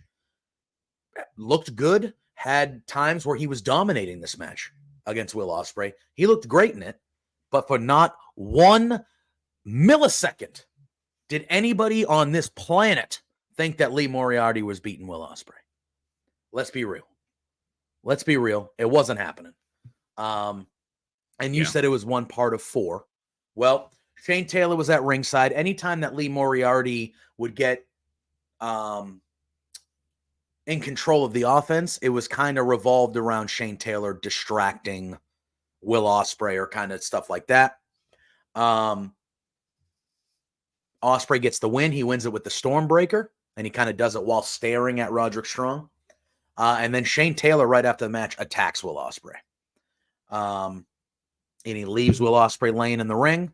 And then Roderick Strong and the Kingdom get in the ring, and he kind of holds the belt over Will Ospreay, and he says, "You got no shot at Double or Nothing at taking this from me. You got no shot." And that's kind of how this segment ended. And then we find out that next week on Collision, it'll be Shane Taylor going against Will Ospreay. Thought the match was fine. No doubt who was going to win. And like you said, the next 4 matches or so that we're going to talk about before this main event, even the main event, really. But like the next bunch of matches we're going to talk about, it kind of had that vibe. But I thought the first, I mean, I can say all of them. Like, I didn't think Top Flight was beating BCC either. But I thought that tag match was excellent. I thought this was a really good match between Lee Moriarty and Will Ospreay, though, on the way to the inevitable victory that we all knew was coming. Yeah, I agree with you. It's like this show was bookended front and back with bangers, very good matches. Yes, that I didn't really. I knew who was going to win, but I was still invested in. Yeah, agreed. The rest of the show, besides the opener and the closer,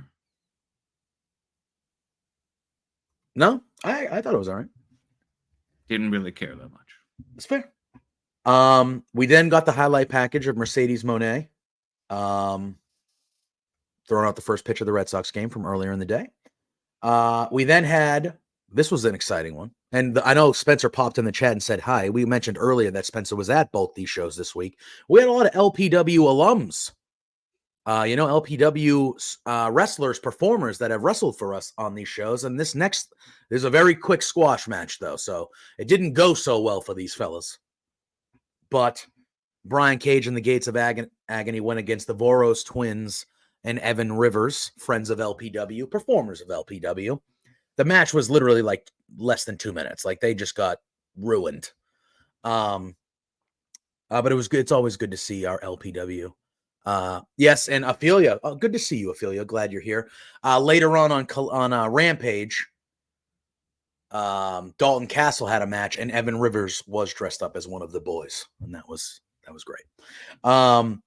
After the match, though, we talked about the interview where Shivani got in the ring. He asked Brian Cage why they did what they did, and they said that, Swerve left him high and dry when he got all this solo success, and, he's kind of getting what he deserves. And he said that wasn't the leadership they were looking for. And then Swerve appears, and his music hits. Brian Cage leaves the ring to kind of walk up the ramp to meet him. And what do you know? Swerve comes from behind, out of the crowd. He has a chain with him, and he chokes. I believe he choked Bishop Khan. Which one's the bigger one? Toa. Okay. He choked Bishop Khan, got him out of the ring. He took out Toa Leona. Then the Gates of Agony, they get the advantage a little bit. They're beating up Swerve a little bit. Bishop Khan sets Swerve up on the stairs, and he looks like he's going around to do like a big running start to kind of give him a splash or a Toa. Wait, Toa's the bigger one? Toa's the bigger one, yeah. Bishop Khan's the more like ripped, like the one that you find attractive is Bishop Khan. Yes. Okay. So I'm gonna call him your boo. Is that all right? Can I call him your boo from now on? My goodness. Is that fine? Is that fine? I know you're a married man. I don't want to cross any boundaries. But husband's not listening. That's all right. So yeah, he gets a running start, and by the time he gets there, Swerve has a cinder block in his hand. and he hits him in the midsection with the cinder block, which, again, what I liked about this is there were a lot of callbacks. He brought the chain that he hung Hangman with in the street, whatever match they had, the whatever that match was. I forget the name of the Texas Death. Texas Death, yes. Yeah. He brought the chain. He had a cinder block, which we've seen Swerve use before. So I liked kind of that type of stuff. And then Brian Cage is at the ramp. You know, he's in the ring 2 minutes earlier talking about leadership. Your guy's about to get his head stomped in with the concerto and the chairs, and you're just standing there watching it, Brian. What kind of leader are you?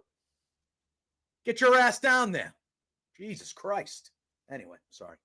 I'm like, you're just going to stand up there?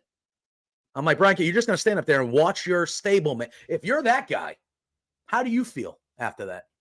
You feel good about Brian Cage being on your team? I don't disagree with you there because, he was saying, Swerve left us behind. Leader. That's not the leadership. You left your guy. He got hit over that. It's a classic heel thing, though. I mean, how many times did Christian Cage leave Nick Wayne take the beating? It's true. You know, you can't talk about leadership and then show up shitty as a leader. You can't do that. If you're going to complain about leadership, then you better be the one ready to step up and act like a leader. Son of a bee. Anyway, but he had the cinder block. He hits him with the concerto. And then we find out that it will be Brian Cage versus Swerve on Wednesday at Dynamite. Good piece of business, Drew. I liked it. I thought it made Swerve look good. He got his comeuppance. He beat up 3 guys by himself, kind of. Not kind of. He beat up 3. He didn't really beat up Brian Cage, but he beat up the other 2 guys. Gates of Agony took the beating. But it was, he took care of business. He had weapons. He did what he had to do, but he stood tall. I'm excited about that match. I hope there's more that comes like we talked about, but I'm excited about him and Brian Cage on Wednesday. I think it should be a good one. But yeah, I thought it was good. We then we can kind of skim through these ones. We had Daniel Garcia, who we all love and adore. He fought this guy, KM. Second. The only good part, I'm not going to say this was a squash from the beginning. However, when KM did his mocking of the Daniel Garcia dance, that was the funniest shit I've seen all week. That was incredible how purposefully bad that guy made that dance look. Brilliant. It was amazing. But this was over. Boom, boom, boom. 2 minutes over. Garcia, Daniel keeps doing that one spot on the turnbuckle. Mm-hmm. Yep. I'm a fan of. Yeah. Would you like to be in that turnbuckle, Drew? I'm not going to say I wouldn't. But anyway, so it is what it is. Just kidding. No, but that seems to be the spot, though, that even the commentators, they don't really say much about it. You know what I mean? Like, they're just kind of like, oh, yeah. they're just like, oh. I know, Scott, you've been saying that for a long time. I would not be opposed. If we get that at some point. If healthy, I do think, again, like the Brian Cage stuff, where the records aren't going to back up the matchup. But there's enough story there that Keith Lee comes back and he's healthy to go and he takes out Swerve. Okay.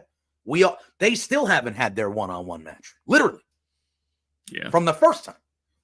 But anyway. I'll tell you what. So then they had Dax, and he goes one-on-one with Dynamite Kid Tommy Billington. Now, is this guy in New Japan? I don't know where does he wrestle? I don't know much. Okay. He is the nephew of the original Dynamite Kid.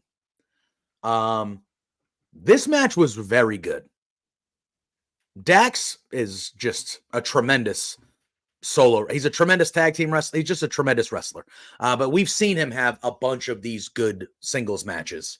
And this was the first time I've ever seen the Dynamite Kid. He came out to the British Bulldogs theme, which had me in all the feels. That was one of my favorite theme. British Bulldog in general was one of my favorite wrestlers when I first started watching wrestling as a kid. So to hear that theme again, hit me right in the heart. I was like, oh, it's the Bulldogs theme. That's not a WWE. I guess not. Copyright? I guess not. Well, yeah, after playing it, then. It might have been like slightly different, maybe. I don't know, but I heard it and I was like, that's the British Bulldogs music. we know this too. Yeah. There we go. Oh. Also wrestled for LPW at LPW 9. The Short Kings. Hell yeah, dude. Love the Short Kings. But this match was really good, back and forth. I thought, dude, this guy looks exactly like the original Dynamite Kid. I don't know if you saw on social media the pictures they were putting. I did not. Of them exactly like his uncle. But Dax gets the win with the slingshot powerbomb. He gets the win.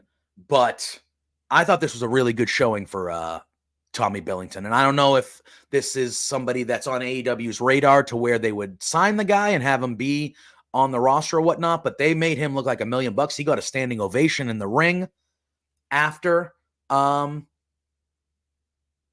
match. Dax kind of, left and gave the kid a moment in the ring. And I thought this was a really good showing. Again, another one of those matches where you knew who was going to win. But I thought this was a really good back and forth affair between those. And I thought it was a good first showing for the Dynamite Kid. For somebody like me who hasn't seen him a ton, he looked good. I liked it. I'll tell you what, though, Drew. I'll tell you what I did like. And I didn't think that Christopher Daniels in 2024 we would be talking on a show, and I'd be like, you know what? I thought was one of the best parts of AEW Dynamite. Christopher Daniels. I mean, a Collision. I'm sorry. They showed a scene. So there were two different things with Christopher Daniels here. They showed a scene after Dynamite that was not seen before with the Young Bucks and him. The Young Bucks get in his face, and they're mad at him that he got, that he was kind of involved with the stuff at the end of the show. Christopher Daniels then kind of pushes Matt Jackson and gets in his face, and he goes, do you remember who I am? Like, do you know who I am? Like, I've been here since day one. You didn't just give, because the Young Bucks were like, we gave you this job. The only reason you're here is because of us, and now you're going to come out and do this stuff. And he gets angry, and he was like, I earned this. He goes, I'm Christopher Daniels. He goes, I've had this pass since day one, and you guys didn't give me this job. I earned this job. And he said, and I was your friend, Matt, when being your friend was the hardest thing to do on this earth. I love that line. That was a great fucking line by Chris Daniels.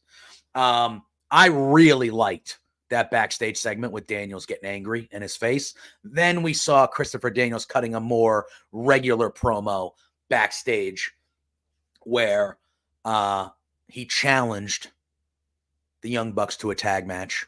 And he said he's going to be teaming up with Matt Sydal because they've won championships before and blah, blah. And again, guess what that's leading to, Drew? Another match where we know that Christopher Daniels has no fucking chance of beating the Young Bucks. Regardless, though, I'm going to give Daniels his props. I thought these two segments here, very good. Very good.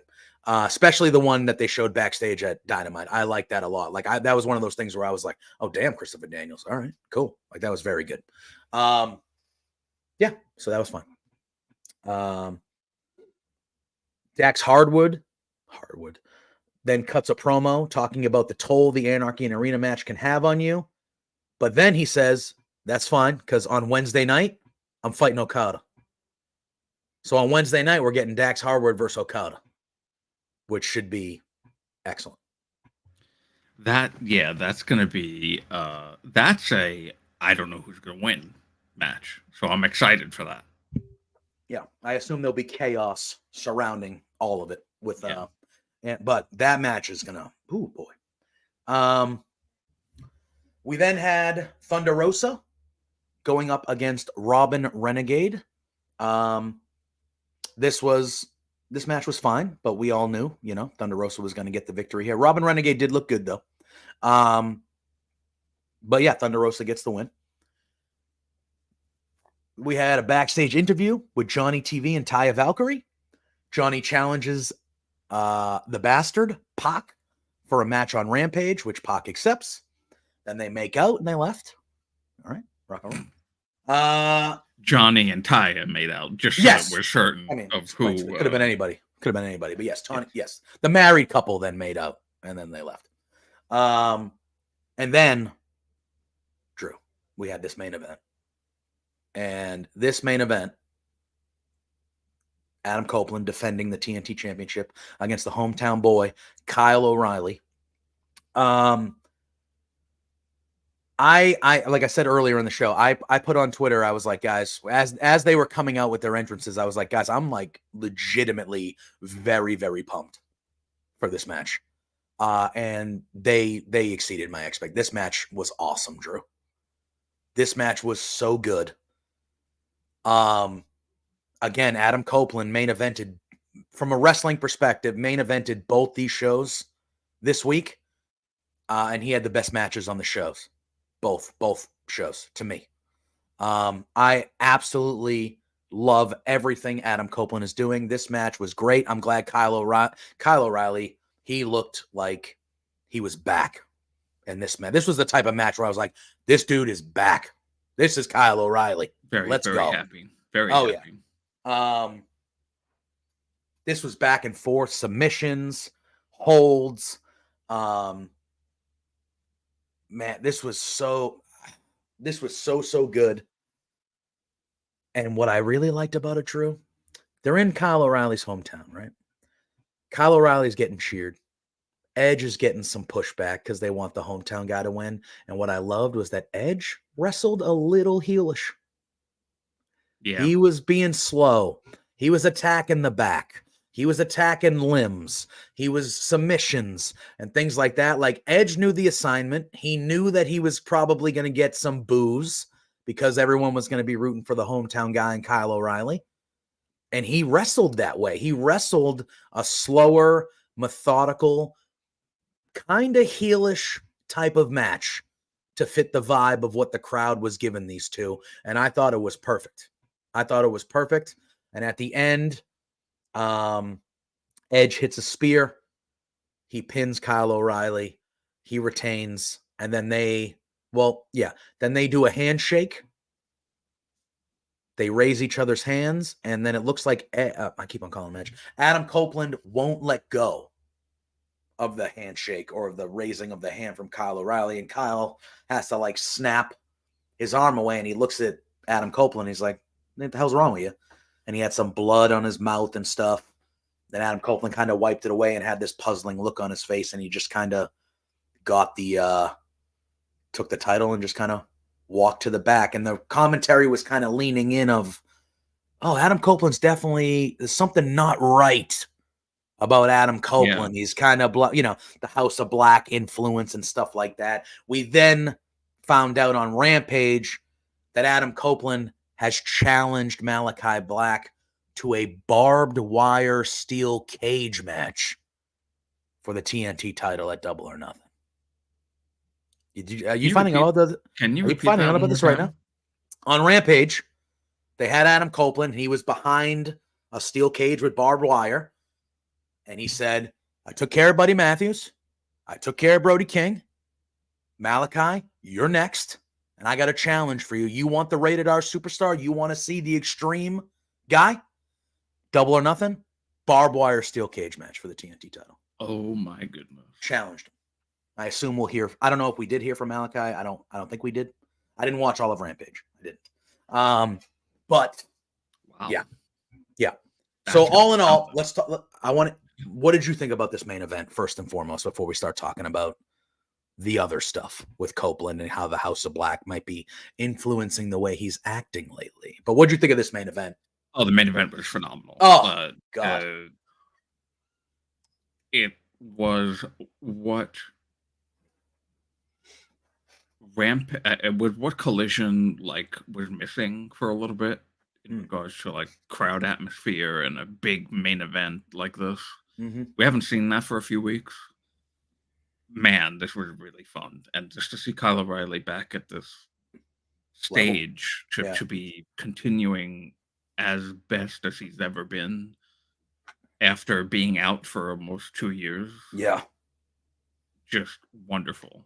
Absolutely wonderful. I'm so happy for him that he's doing what he loves best and that we get to enjoy it again. Because, man, this was fun. This was really fun. Now, the Adam Copeland and the House of Black deal, this is, I don't know what we're getting from this. I mean, it looks like we're gonna get a barbed wire steel cage match. That I'm excited for, but the like influencing Adam Copeland part of it with the. Well, we've seen it with the House of Black and with the Sky Blue, and like when Julia Hart was misting people would kind of change a little bit, and it happened with Malachi when he misted Julia Hart. He's the one that this has kind of been the MO of the House of Black is when you mess with the House of Black, they try to get in your head and they try to like. I don't even know what the right word is, not possess you, but they try to like, I don't know. You're a different person, I guess. And ironically, this is all really thanks to Seth Rollins. It's true. It's true. Yeah. So I think that, I mean, he's not going to, I'm pretty sure they're not going to turn him heel anytime soon, if ever. Adam Copeland? I hope at some point they do. I think he would be a great heel. Oh, you don't need to now. Let him keep what he's doing, but like, I think he would be a great heel. I feel like I'd rather, if Adam and Christian Cage are going to team up one more time, I feel like I'd rather them be baby faces. That's fair. That's fair. I wouldn't be opposed if down the line it was them that took out the evil Young Bucks for those titles. That'd be nice. Huh? Ooh, I like that, yeah, right. Hey. Again, further down the line, because Christian, they're both right. It is insane to me when you think about it that we are in 2024 and you can make an argument that like 2 of the 5 best people in AEW right now are Edge and Christian. Yeah. Literally. Edge and Christian. Just like, there might be 2 of my top 3, to be honest with you, personally, like on a personal level of me. And that is just so wild to me that it's like, they are 2 of the things that I look forward to the most when I know they're going to be on the shows. And it's like, it's crazy when you think about it from like that, a certain perspective. But, how do you feel about a barbed wire steel cage match, Drew? We've had barbed wire death matches. Barbed wire steel cage match. Ooh, that's going to be bloody. That is. Here you go. Scott's predicting that Adam's going to go heel after he loses to Malachi at the pay-per-view. I don't think he's going to lose to Malachi Black, but if Malachi did beat him for the title, I would not hate that at all. No, I wouldn't hate that. But I would not hate that at all, but I don't know if House of Black needs. Right now, I keep going with the Cope Opens. I just let this go for a while because he's on a run right now that is unmatched in AEW currently for me. Copeland is. So I would not mind these Cope Opens going a little bit longer than 15 days from now or 2 weeks from now, whatever it is, 14 days. But man, oh man. Man, oh man. Yeah, but so obviously Christian is not involved with Adam Copeland at this point. Not at the moment. So you could have Adam lose. If Adam loses, Christian loses. I mean, I don't think Copeland's going to lose, though. I think he's holding that belt for a little bit longer. I don't think it might not be this massively long title reign. When did he win it? He won it at not World. He won it at. Was it World's End or Revolution? Revolution. Was it that? It just happened a couple months ago. I think so. Yeah, because he won it at World's End, but then lost it. Oh, then lost it back. Yes, that's right. Okay. Yeah. So so they did the final match at Revolution. That's right. And then we hadn't seen Christian since Revolution. Yeah. So so he's had it for, when was that? That was early March. Yeah. So he's had it for a few months. He's had a couple of title defenses. Yeah. Well, that's what they're kind of leaning into, because they're leaning into part of the reason why Adam Copeland is like feeling this way or acting weird is the House of Black stuff, but it's also because he is wrestling so much and having all these really good, long, hard fought. You know what I mean? So they're leaning into that aspect of it too. Saturday, they also said Saturday was the 100th title defense of the TNT title. Yes, which is very cool. That's a very cool little stat there. So yeah, I mean, yeah, I don't know. Like I'm happy that this is a match that's happening because I don't know who's winning, and I can see either one. There's the Malachi criticism of he's not involved in things he loses. He doesn't like losing, apparently. I don't know if this is actually true or this is just what people online say, and I don't trust what people online say. So, I don't know if that's accurate or not, but it would be. I mean, he would be a guy that he'd be one of the guys that I'd say, how did he not win a singles title in this company? Yes, I agree. So I think I would be okay with him winning the title. Ricky might never be in AEW again. Who knows what's going on with him? He never had a singles title, and that was crazy. Agreed. Some people, who have been in Andrade never had a singles title in the company. And you'd think like, oh, okay, Santana and Ortiz never had the tag titles. I mean, Danielson hasn't had a title. Danielson, that's just fucking insane to me. Absolutely bonkers. Like, I'm Tony Khan. I'm saying, listen, motherfucker, I don't care. No, that could be Danielson saying, I don't want one. Yeah, it probably is. And I say, I don't want one. I don't care, motherfucker. You're getting the fucking title. Yeah. Well, they established the precedent with Sting winning and retiring as a champion. So if you wanted to give him a belt, you could have him win a belt in his last match, and then he just goes, see you later. I won the belt. Yeah. I'm retiring. Yeah, see you later. Maybe not the world title, but something, You could if you really.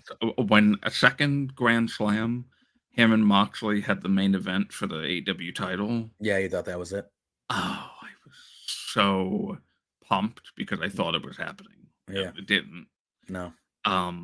But listen, if he never does, that's fine. I think it's personally fucking batshit bonkers that they don't have him ever have a title.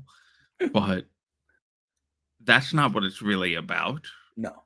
I'm just personally a gigantic, major fan, of course, of Bryan Danielson, and think that it's crazy that he hasn't had one title in this company. Not one single title. Out of all of the fucking titles, not one of them has been held by Bryan Danielson. And that's just crazy to me. Yeah. Scott, I'm with you there. I just think that I bet you Tony has probably pitched to Bryan on more than one occasion. Hey, and Bryan's probably like, no, man, just let me wrestle who I want to wrestle. I don't fucking care, Bryan. Well, you're winning a title. That's what Tony should have been saying. Maybe he was, though, and maybe Bryan was like, Tony, I don't fucking care. I'm not winning a title. And at the end of the day, Tony was like, you know what? You're one of my heroes. Fine. It's fine. But very exciting time in AEW. Double or Nothing is starting to round into form. We have a card being built. We have a couple more Dynamites, a couple more collisions before we get there. So we assume more matches will be built. And I am very excited to be chatting about Double or Nothing these next few weeks. Drew, another fun one today. Like we said at the top, happy Mother's Day to all the moms out there. I know I'm going to go be seeing mine here in a little bit for some lunch and things. But Drew, let the people know where they can find you, how they can follow you, and all that jazz. You can follow me at the Drew Nicholas on Twitter. You can find me at the Roundtable Pro Wrestling Podcast. You can find me collecting the Super Chats and Humper Chats for Fightful's AEW Collision post show on Saturday nights with Rick Cresta and Iridian, or a combination of the two. And last night we actually had Rob Wilkins on. Yes. And then you can find me here on Sunday mornings, parking my ass right on this very chair, looking at this very camera, talking to my buddy JPJ. Heck yeah, man. Heck yeah. You can find me at JPJ Loves Gaming on all social media platforms, including Twitch. Every Thursday night, 8 p.m., Pluggo and I do the damn thing, the flagship show of Love Wrestling, Between Two Beards. Every Sunday morning, just like Drew said, 10 a.m. as of now, maybe 9, 10. Anyway, sometime, you'll see. But Sunday mornings, we chop it up about AEW with Drew here, and I love doing it. Looking forward to the next couple weeks. I love around pay-per-view times, man. They get excited. I know AEW has more of them now, so they used to be more few and far between, so it was like, ooh, now it's like, okay, yeah. But still, Double or Nothing is like their WrestleMania, it feels like, or their, it's one of their big two. It's one of their big two. And it's the 5-year anniversary of the start of AEW this year. Because Double or Nothing was their first pay-per-view 5 years ago. So it's kind of like a 5-year anniversary of sorts, kind of. So I'm expecting big things out of this show. So I'm excited to see kind of how things line up over the next couple weeks and really dive into this.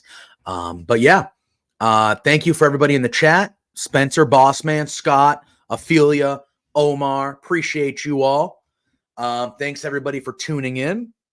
Everyone, if your mom is still here, go call your mom. Wish her happy Mother's Day, or go see your mom if you can. If you can't, it's okay. But yeah, everyone enjoy the rest of their Sunday. Enjoy the rest of their Mother's Day. And Drew and I, we'll be seeing you next week. And until then, you guys know the drill. Peace out.